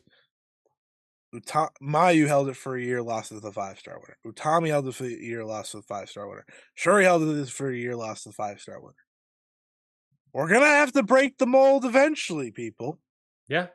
And it does feel like Julia, the person who has been picked as the next World of Stardom champion since the moment she walked in the door, Yep. it feels like it would be too perfect for her not to be the one to break that mold because she can get it back. Yes. There's no saying she can't get it back down the road. Yep. But there's something exciting about the bump in the road that is Tam Nakano here. No pun intended, I imagine, for bump on the road. Absolutely, all pun intended for the road part. Anytime I talk about Tam, even if I don't mean it, which I actually didn't, road always somehow finds my way into talking about Tam Nakano. Oh yeah, and it just so happened that her road this time around it got a little bumpy. Uh-huh. Exactly. The Tam road has a big bump on its forehead. Mm-hmm.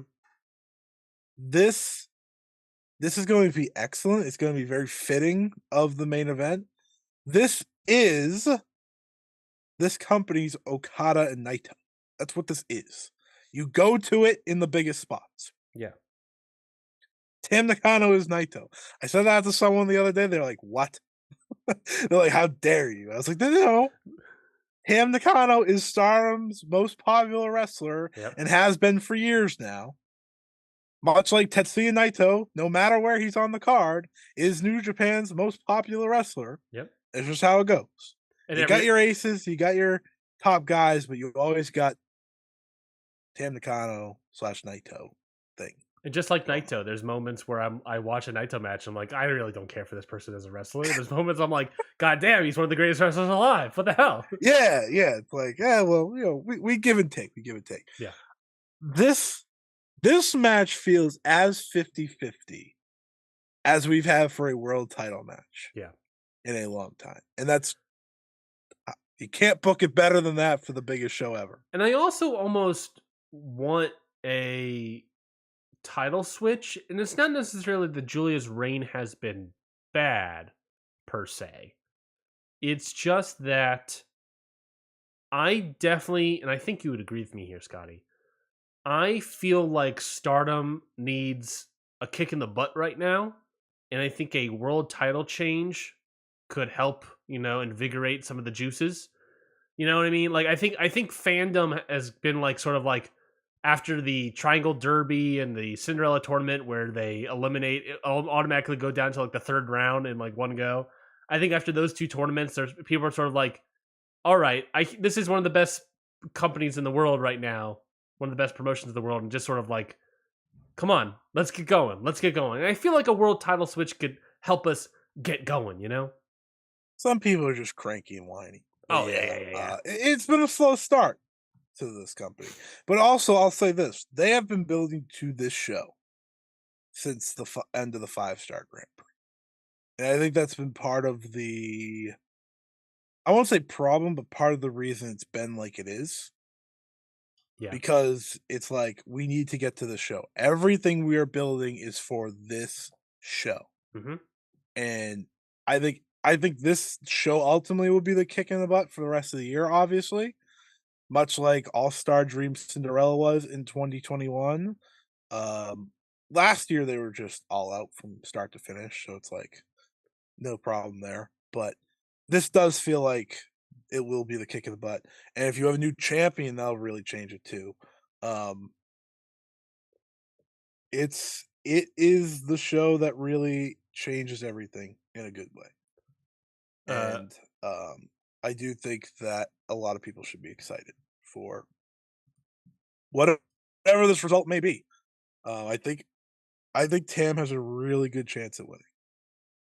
I totally agree. I think it's totally possible. Totally possible.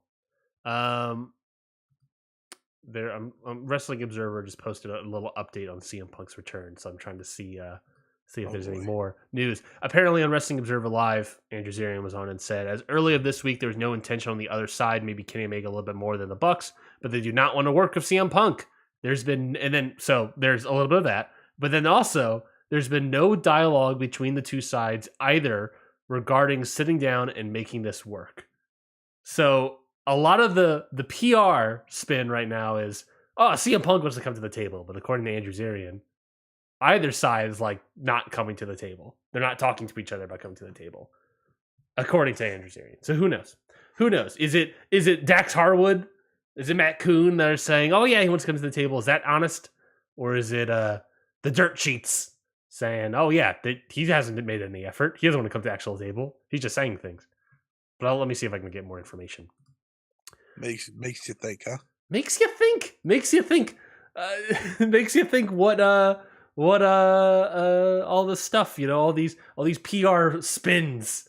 The never ending what's right and what's not, what's true and what's not true will never end in this story. Did you hear that FDR's podcast is also starting to come to an end? Oh yeah, it's canceled. Yeah, I have to imagine that when he re-signed up a new contract, it was like, oh yeah, you can't do you can't do that podcast. Yeah, I'm sure that was a Tony call. Yeah, Matt Coon's hey, I need you to stop talking shit. Matt Coon's all upset about it. yeah, that's 100%. Let's talk about Impact Wrestling's Rebellion, the show that took place. Nothing says excitement like Impact. Impact Wrestling, baby. In 2023. Let's get hyped. Let's get googie. Let's get into it, baby. Impact Wrestling Rebellion took place last night out of Toronto, Ontario, Canada, in their best venue known to man, the best small venue known to man. Oh my god, what a look, huh? Yeah, always looks good. Always looks good. They should do all their shows here. Oh yeah, 100%. I'm very They had a new stage. Yeah, It's nice for once because they've had the same stage for about a decade and a half. It feels like Yeah, Rebellion, baby. It was. I thought it was a decent little show here. I don't it was think a it good was. show. Nothing outstanding or anything, but There was one match that I really liked. I really liked the women's main event. I thought that was really good. I did too. I thought it was Um, match tonight. but then there was also some stinkers, and we'll get to the stinkers. But real quickly, Mhm. I assume you did not watch it. I did watch it because I'm in the same person. Countdown to Rebellion. There was Raj Singh and Shara defeated Heath and Rhino, and it's sort of an upset surprise win that was fine. And then the Coven, Kylan King and Taylor Wilde defend their titles against Jessica, and Rosemary. Uh, Jessica. yeah, so two matches that were fine and not worth anything watching. But let's talk about Rebellion proper. Let's talk about the main event first. Why not? It's time for the main event. Impact Knockouts World Title match. Deonna Purrazzo defeats Jordan Grace. Obviously, now we have, as we'll say to it as well, with Steve Macklin winning the world title, we have a married couple holding the world and women's titles of a company. Don't know if that's ever happened before. I have to think back in my. Wait, He's thinking. He's going through the Rolodex in his mind. Can't think of probably anything. right. Can't think of anything. I thought this match was great. I thought it was really great. I went 4 flat. I thought this Four was a flat. great match. I thought it was Four very flat. hard hitting. Sorry. The moves that they were doing all over the place, that the suicide dives, just the fucking pile drivers, just all over the place was very, very well done. I thought Deonna working that arm, that shoulder of Jordan Grace was very well done, and the limb work was very well done on Jordan Grace's part. I was shocked and amazed by some of the moves that were done. It was just very good. It felt like I don't know. It's not like a rewriting of the ship, but it very much felt like to me like, all right, yeah, now we're back into it, baby. You know what I mean? Like we're back into what this women's division means to me, which is great action because they have the talent there. It just felt like they weren't really utilizing it for a while, and now I think with Deonna, with Jordan Grace being the best she's ever been, I'm very excited about this division right now. Yeah, I thought this was great. Easily match of the night for me. I I said when Mickey might have had to drop the belt that going with Deonna was the smart choice. Yeah, Uh, she's always been their best. She's still their best. She stepped up obviously once again. I mean, when I watched Multiverse United and I watched her wrestle, I think it was the first time I watched her wrestle in quite a while. I was just like, I was just sitting there. I was like, I forgot how good she. yeah, Like she's so excellent. She's the type of person I'd love to see challenge for the IWGP Women's title somewhere down the road. Like if we're trying to think of like the international possibilities, she's right up there in terms of things that make sense. Um, but yeah, her and Jordan Grace absolutely killed it. Like you have these two, you have Masha, who's great. I mean, Masha got stuck in a match that you know whatever. But like those three alone should be enough to really carry this division. hmm And I think they will. I look forward to Deonna and Masha eventually. Um, but going with Deonna was absolutely the right choice. Like her kicking out of the Grace driver, Jordan driver, whatever the fuck it's called. I have no idea. Grace Driver, yeah. Thank you. Grace driver, and then kind of what did she hit? Then she hit the whatever the finish. Queen's Gambit is called Queen's Gambit. That her finisher? Who? Deonna? Deonna? Yes, Queen's Yeah, it's Gambit. called the Queen's Gambit. Yeah, Yeah, she so loves chess. yeah, so she hit whatever, and then she hit the Queen's Gambit to win. It was a great finish, but there was so much greatness to this match. Like the moonsault off the ramp, that was crazy. It was like, you just kind of forget how good Deonna is because it's the big fish in a small pond scenario, right? Yeah. Like she is excellent, but she only gets to show it so many different ways. I'm really excited to see where this can go because like the Masha match excites me. Maybe they do a Masha match if they bring her back in for Impact. Yep. I see Like that's things like possible. that. That's where I'd like them to go. But I'm definitely I walked away from this like you did, righting the ship, feeling better about Impact than I did going into the show. Yeah, And I think this has a lot to do with it. totally agree. Totally agree. I think they really stepped up at a time where stepping up needs to happen. I was happy this main evented too. You went with the non-predictable main event Mm-hmm. idea instead of the world title match. I mean, it obviously stinks for Macklin because he's worked his ass off to get to that point, Yeah. but it was so predictable. It's like, why would we have this close the show? Yeah. Well, let's talk about that then. Impact World Title: Steve Macklin versus Kushida, 18 minutes and 28 seconds. Now, this I thought was a really good match. I thought Kushida was great here. Yeah, I he thought was. Steve Macklin wasn't the best Steve Macklin I've seen. I've seen better from him, but I thought Kushida was great, and Steve Macklin did really really well. But there was Thought it was a also weird matchup for him, for yeah, Macklin. yes, and I think that's part of it. I think that was part of it for sure. There was also, of The course, technical part. there was a British elephant in the room with Nick Aldis coming to the commentary table, returning to Impact Wrestling, and then post match getting all up in Steve Macklin's face. It looks like Nick Aldis will be challenging for said world title soon. Never did I think we'd show your next Impact World Champion this quickly. Yeah, I saw Nick Aldis come out and I was like, ah, shit, that sucks for Steve Macklin. Yeah. Honestly, once he walked out, I was like, was Steve Macklin gonna lose? Oh my god, Kushida versus Nick Aldis. Imagine that. Imagine that as a No, match. well, I think had Josh Alexander not got hurt, Yeah. it would have been Josh Alexander and Nick Oh, Aldis I at see what you're saying. Slammiversary. Yeah. Mm. When I That's saw Nick Aldis walk out, I was like, wait a minute. This definitely wasn't gonna be Steve Macklin's win.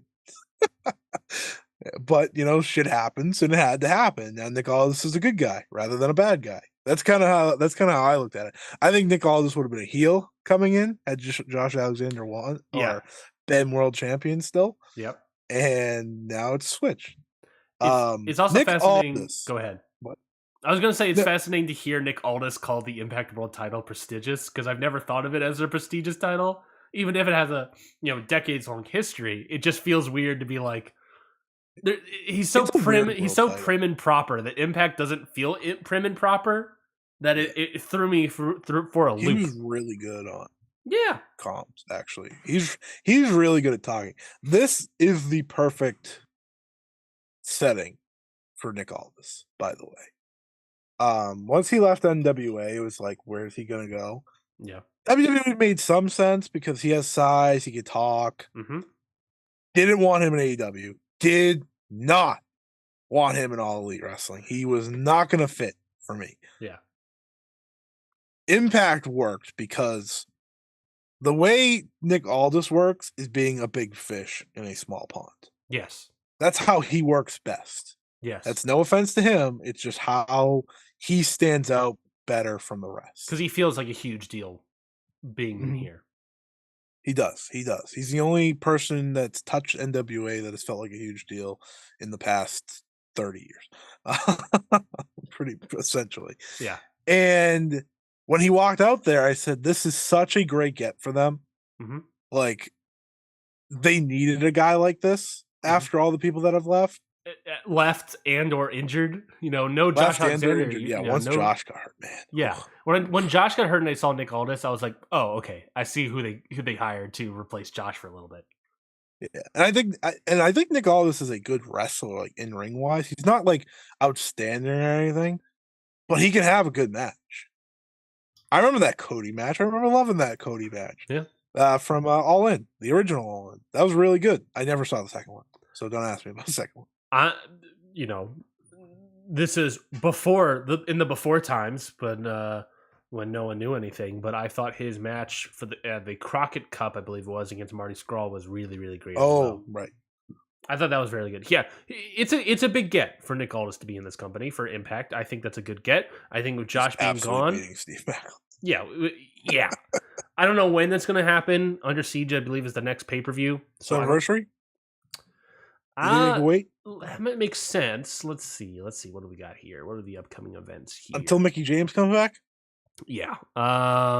That's also interesting because you got Come Mickey. on, folks. Yeah, you got Mickey James and Nick Aldis right there against It's another painted out couple. here. They're gonna what's the one before Slammiversary? Against All Odds? Yes, we have Under Siege next, and that is in May, in London, Ontario, Canada. Um, we have June 9th against all odds in Columbus, Ohio. And then we have Slammiversary July 15th. So June 9th, against all odds, your main event can be Steve Macklin, Deonna Purrazzo versus Nick Aldis and Mickey James. Assuming Mickey James is back. Do we have any idea what her injury is, by the way? Not a clue. No idea.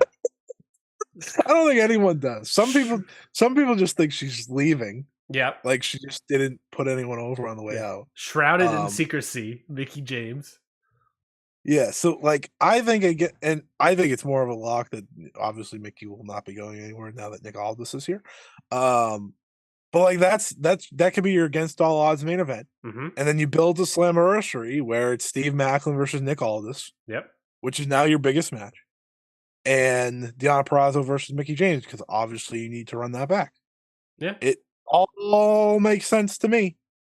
I'm happy Steve Macklin's champion. I kind of wish he was a babyface. Like anytime I watch him like cut any promo and then he's like, Canada bad. I was like, yeah, you were so close. Yeah. Like he feels like a babyface that's trapped in a heel. Mm-hmm. While I think Nick Aldis will feel the other way around. Yeah. I think he's a heel going to be trapped in a babyface. But I could see it all work out. I'm happy he's here. I'm actually kind of interested in Impact again because of both of these matches and kind of where we're going now. Yeah, no, I'm excited to see what comes down the pipeline here. Speaking of not being excited, Hardcore War match. This was sort of a Survivor Series Rumble, no DQ gimmick where like it started with two wrestlers and then members of each team came in. Sucked. This match went on for 25 minutes and 12 seconds. Felt way longer than that. It was not okay. The match I felt was fine up until Bully Ray came out. I thought, starting off with until we got to the story. Yeah, I thought, starting off with, I want to say it was Frankie Kazarian and Moose. I was like, okay, that's fine. Then Bhupinder versus Brian Myers. They used to feud over what's that freaking title held by Joe Digital Hendry? Media. Yes, thank you.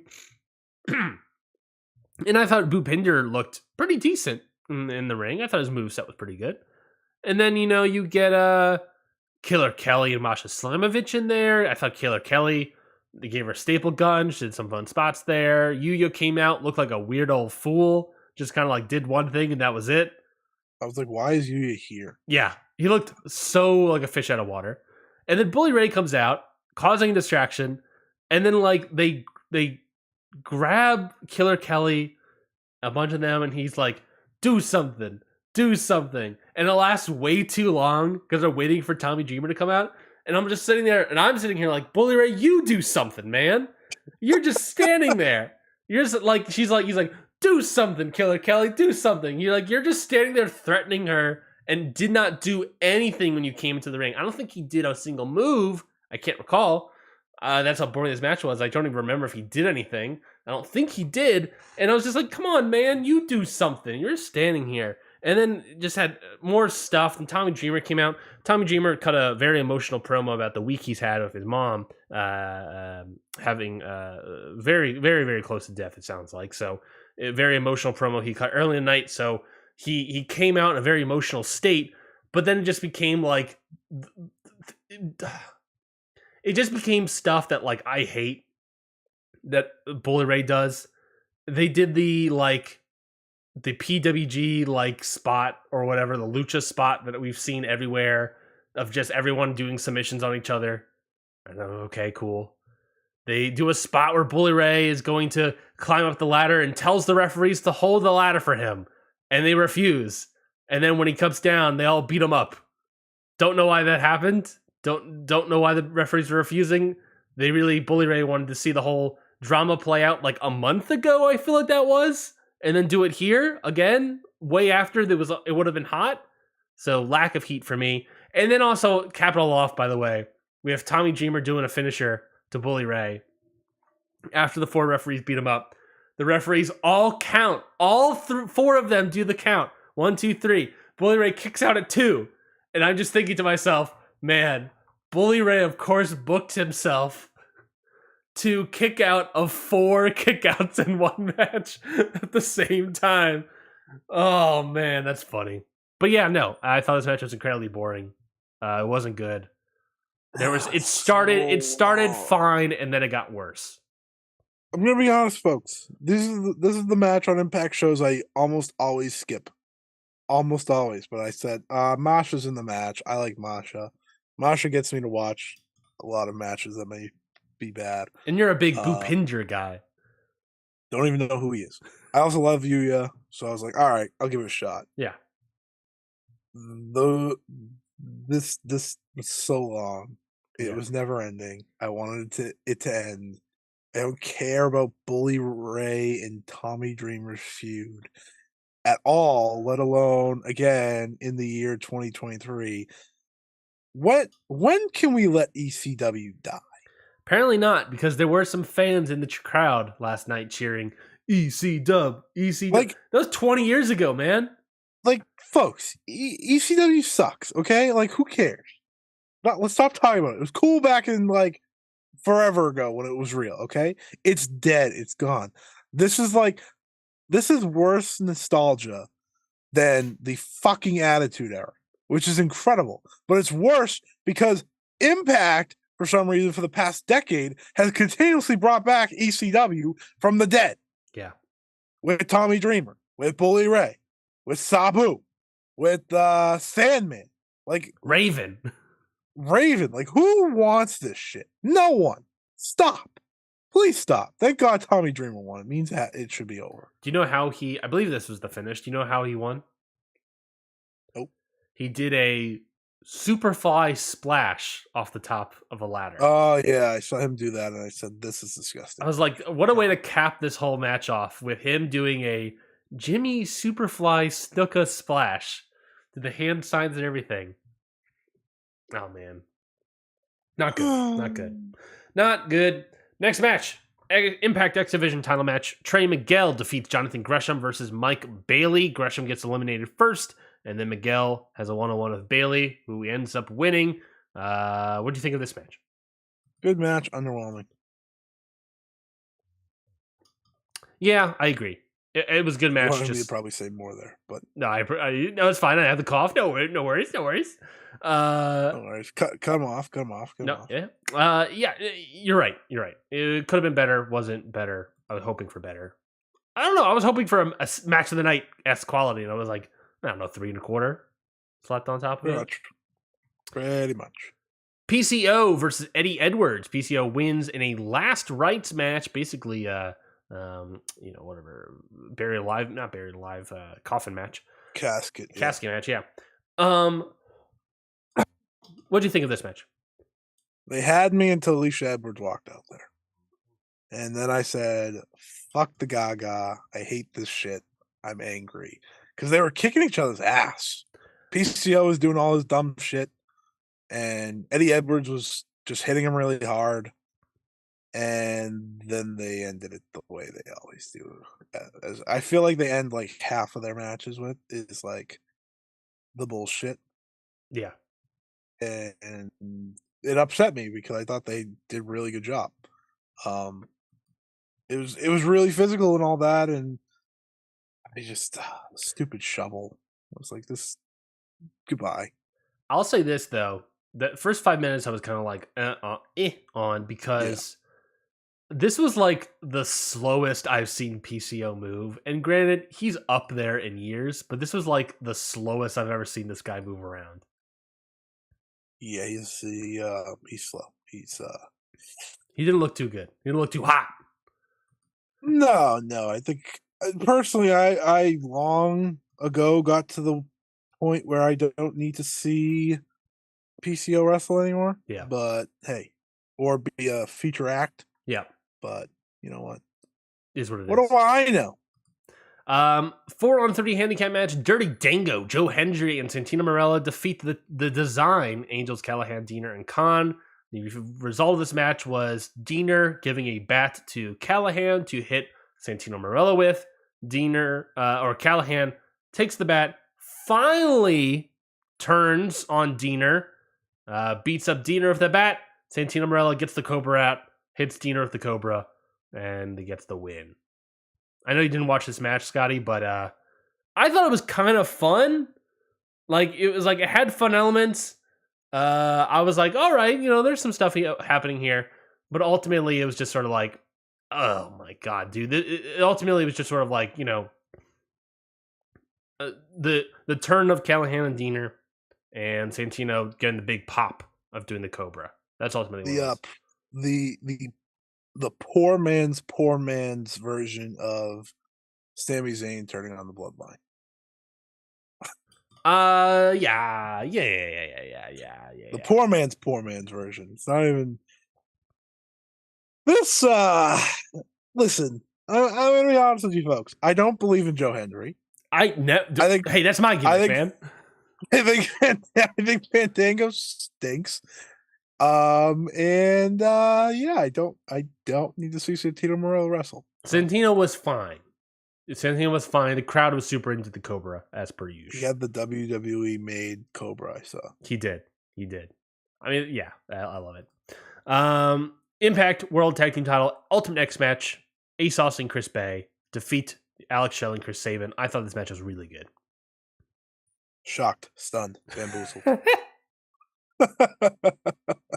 I didn't really expect this to be bad because these four are like debatably the best part of Impact. No, I think it's completely accurate. I think they are the best, one of the best aspect to it. Now, I will also say this: they've long been my favorite part of Impact. I think they're a great aspect of Impact, but I will say this, Scotty: catch that gear? Did you catch that gear they were wearing? Oh, baby, wearing the black and yellow Bullet Club, but got some gold in there. Got a lot of gold in there. I don't know, man. I said this immediately when I said it. I tweeted this out. I said, if Jay White's Bullet Club is him, Juice Robinson, Ace Austin, and Chris Bay, this might be the best Bullet Club we've ever seen besides the Elite. Yeah. Hey, man, Chris Bay and Ace Austin, they can make it AEW, man. That's going to be great stuff. We all want to be part of the Bang Bang Gang. That's what he called it. I guess so. Bang Bang Gang, stand up. You're about to do the old school. Oh, no, and then don't forget, Scotty, you're going to have to add ELP probably into that faction as well. You'll take it with if it comes with Ace Austin and Chris Bay. Yeah, I will. I could deal with El Phantasmo if that's what happens. There's a good shot that they actually do become part of AEW Bullet Club Gold, because if I'm not mistaken, going back in Bullet Club lore, Chris Bay joined Bullet Club through Jay White. Jay White got him in. So I don't know. Makes you think. So this match was really good. So definitely go check that one out. And I thought Alex Shelley and Chris Sabin did a very good job in this match as well. They're great stuff. Come on, that's literally I don't think they ever do bad. No, like I am a sucker for like all the Motor City Machine Guns like moves that they do. Like they just do every match. Like when they do like the quick spurt of like drop kick to the knee. He does the last chancery, and then they drop kick him in the face. Like every time they do that, I'm like, oh god, they're so good. And they're always flying when they do that move too. Oh yeah, it's like they're still like in their younger days. Like that's just how good they are. And I'm very upset that they don't get to face more great tag teams. Yeah, I agree. They need to do them in Aussie Open straight up. Yes, they should. When I say they, I mean New Japan does. Yes, they should. That would be very good. The only other thing we had on the docket, we're already over 2 hours here. Only other thing we had on the docket was Sakura Genesis. Is there any other quick We thoughts about have to Sakura Genesis? acknowledge him. Knowledge. Okay, I assume you're talking about Your new IWGP World Heavyweight Champion, Sonata. yeah, baby. Who the Sonata. fuck would have thought? I mean, look. I mean, I'm pretty sure I thought about that. I'm pretty sure I said 3 months ago, who would have thought? Yeah, I mean that's true. That's true. That's true. This guy lost to Manabu Soya. But in hindsight, makes sense, right? The whole idea was that like story, he's the weak guy of Lij. He sees, Yeah. you know, everyone's like, all right, there's nothing going on here. This was all part of the plan, you know, and eventually get to Okada. He beat the unbeatable Okada. Yeah. I'm upset. I'm upset about that part. Yeah. I'm upset So about that the looked end. great though. Yeah. Like He looked. this might have been the best Sonata match or my favorite Sonata match that I could remember off the top of my head. I thought the beginning was okay. It took a while for me to get into it. That closing stretch, though, Sonata and Okada, I mean, just fantastic closing stretch. Okada is a master of the closing stretch, it feels like. And Sonata is also a very, very, very good at the closing stretch. Yeah, no, I thought that was a great spot. The beginning was a little slow for me, but ultimately, once it got going, I was like, all right, here we go. Here, finally. The beginning was Okada and Sonata. Yeah, that's true. That is old school Sonata. That is their entire rivalry. Yeah. Is slow beginning. I think they picked it up a lot sooner than they usually do, though.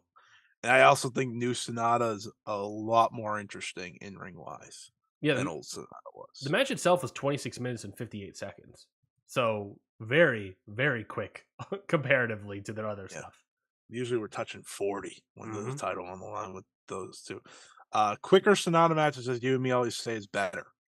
So like that second half was really like Sonata showing how good he actually is. Yeah. Because when he turns up that gear, he's so much of a better wrestler. And I thought like when he hit the when Okada hit the Emerald Flosion and was going for the Rainmaker, I was like, all right, all wrapped up. And then he was able to turn that into the Death Fall or whatever it's called. I thought that was great. Like that was a perfect close to it. And someone made this great point to me on Twitter how kind of to overcome Okada, a lot of people have like followed the Jay White method of having a finisher that you can hit out of the Rainmaker. Yeah. And I think that's just like a very interesting thing for Okada's like being, is that people have had to pretty much make finishers to beat him with, which is kind of insane. I think the main talking point now is like where we're going more than the Sakura Genesis. We don't need to talk about the rest of the card because it was like a really good show. Well, I want to really good show. I want to bring up the IWGP Tag Title match real quick because I was going to bring that into strong title matches as well. Perfect. Then go ahead. Bring it all into one. Of course, on what was it called? Capital Collision. Capital Collision. Yeah, so Aussie Open wins those tag titles, and of course, win the IWGP tag titles. Now they're double champions all of a sudden. Have to imagine we're merging the titles soon. You would think so. This is the best tag team in the world. Yes, today they were the best tag team in the world before they won the IWGP tag team titles. They're now definitively the best tag team in the world. Kyle Fletcher. This guy's going to be IWGP World Champion if they can keep him long enough. Yeah, he is. Mark David, like it is like, dude, it is wild. A decade difference between the two. Yeah, Mark Davis. They could keep going as a tag team for the next 5 years if they wanted to, and then all of a sudden, you know, Mark Davis is like, okay, I'm good, and then Kyle Fletcher's like, okay, great, and now I'm going to be a singles great wrestler.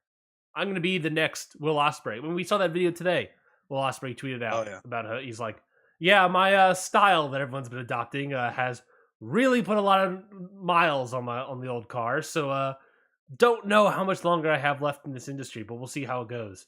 And it's like Kyle Fletcher is like the next iteration of like he's right there, and I could totally see like him being the next guy. You know, we're talking about I'm him moments. It's Kyle Fletcher doing a moonsault, slicing his skull open on that guardrail. And then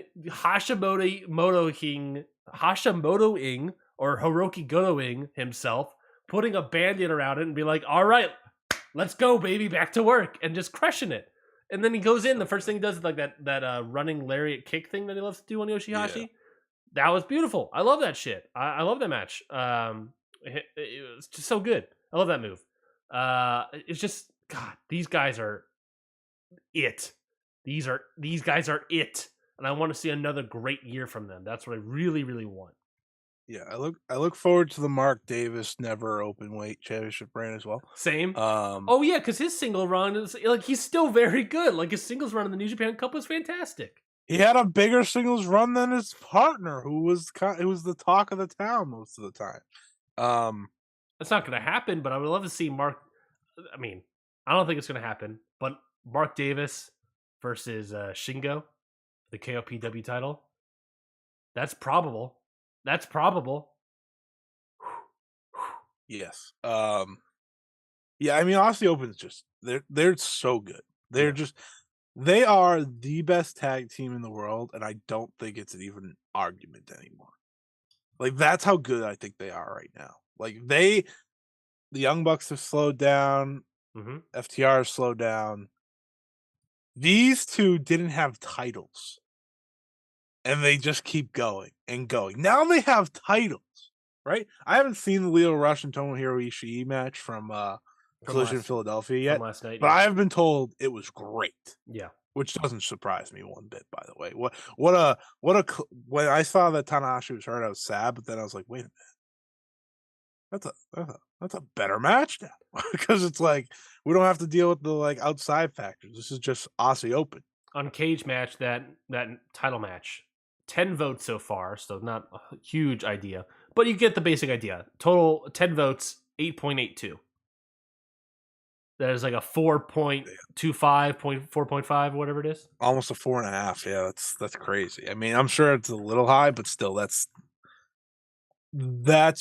pretty great. So I look Yeah. forward to watching that. But they are probably I don't know how long they're going to be a tag team for. Yeah. I think for me, it's as long as Mark Davis goes, personally. Yeah, yeah, but I think they can break off singles wise too without breaking up. If that Agreed. makes sense. Agreed. Um, I think that's very easy to do because I think they both do have the singles potential. Like we're talking about, they like why can't they do never open weight and stuff like that? But I think what the biggest thing here is moving forward. Like I said, I mean, we kind of have lined up pretty much every belt's next big feud, right? IWGP, it's the Dream Team Mm-hmm. versus the Aussie Open at Dominion. Yep. I know they have TMDK, but Yeah. they're not losing the TMDK. So like that's insane. So Mm-hmm. Dominion's gonna have like maybe the biggest IWGP tag title match ever. Yeah. Truthfully, no offense to Bishamon and when they face a Dream Team, but just the truth. You have Sonata versus Naito. You'll have Absolute or yeah, it'll be Naito, yeah. yeah. Unless it's Shingo, which would make no sense to me. Well, they did the tags over the weekend with Naito and Hiromu, so Oh, that's what duh, makes yeah. it's Naito. Yeah, so Sonata and Hiromu first at Dontaku, Mm-hmm. and then you go to Naito. That makes all the sense in the world. Yep. Can't wait till we get an evil scenario and Sonata loses the title to Naito. Be great. And then we have junior heavyweight, best of super juniors. Yeah. Whoever wins that. After Kanemaru. Yeah. So whoever wins that. So I don't know who that could be. Maybe an Eagles. I think Kushida. Kushida. Oh yeah, you get him Do back. Hiromu and Kushida finally at Dominion. Yeah, because he was supposed to have that Wrestle Kingdom match. So maybe. I think that's my smart choice, and also that's probably your biggest junior match. IWGP US title. I'm going to assume Hiroshi Tanahashi is going to lose to Ospreay, and it'll be Ospreay versus Kenny and Ospreay versus Lance, and I have to imagine it's going to be Ospreay. Ospreay and Lance is gonna be great. I was talking about this earlier. That match in the G1 when Lance Archer like became the whole Murder Hawk monster guy, and then left for AEW after. That was a great match, and that was also when Ospreay was becoming a heavyweight. Yep. So like it was like the perfect clash for those two. And That was a match that Osprey's made me like watch Lance Archer and be like, holy shit, this and guy's good. Osprey's like style has completely changed since then too. So that's gonna be Yeah, very so that'll be a interesting. great Dominion match. Well, no, that match isn't the Dominion match. The Dominion match is the winner of that match No, against that's what I meant. That's what I meant. That's what Omega. I meant. The tournament match will be great Yeah, at and I Dominion I because then have to Forbidden admit, Door will be Osprey and Omega, obviously. is Forbidden Door going to be Osprey Omega? Because I believe Dominion's going to be Osprey and Omega. I don't No, think. Dominion's where the finals happens. No, I thought Dominion is where. Oh, let me look this up. Let me find the poster. First one that finds the poster win. I I wasn't even trying. Yeah, it is. It is. The logo like shows Dominion. For the finals. The finals. Okay. Yeah. Okay, then there we go. Then Lance versus that is gonna be good, and then you're right. It will probably then be Forbidden Door 2. You're probably right, which makes sense. Which is that they did it at Wrestle Kingdom, they'll do it at AEW. That makes sense. What I mean, yeah, and then the poster's literally the Forbidden Door design, by the way. Beautiful. Oh yeah, that makes Have sense. you noticed that? No, you're right. Like, You're right. The door is behind Kenny. You're right. Yeah. Are we getting an IWGP Women's title on this show? I guess we'll find out next week. Dominion? Yeah, I think so. Yeah, no, we'll I've been pretty set that'll be Shuri since Shuri lost the belt. Mm-hmm. I think I said it back then. I think work her to Dominion. She'd be probably the right choice for that, and I think that's what we'll get. Do you think Mercedes is going to work Dominion? Maybe Forbidden Door 2? I have no idea. I'm not. I can't guess what Mercedes is gonna like. I have guessed what Mercedes is gonna do. She's gonna get the Miyu Yamashita match eventually. Someone made a good point. If they do Cyber Fight Festival, maybe that's where they actually do that rather than the TJPW show. Because that's their bigger show. Could they do it?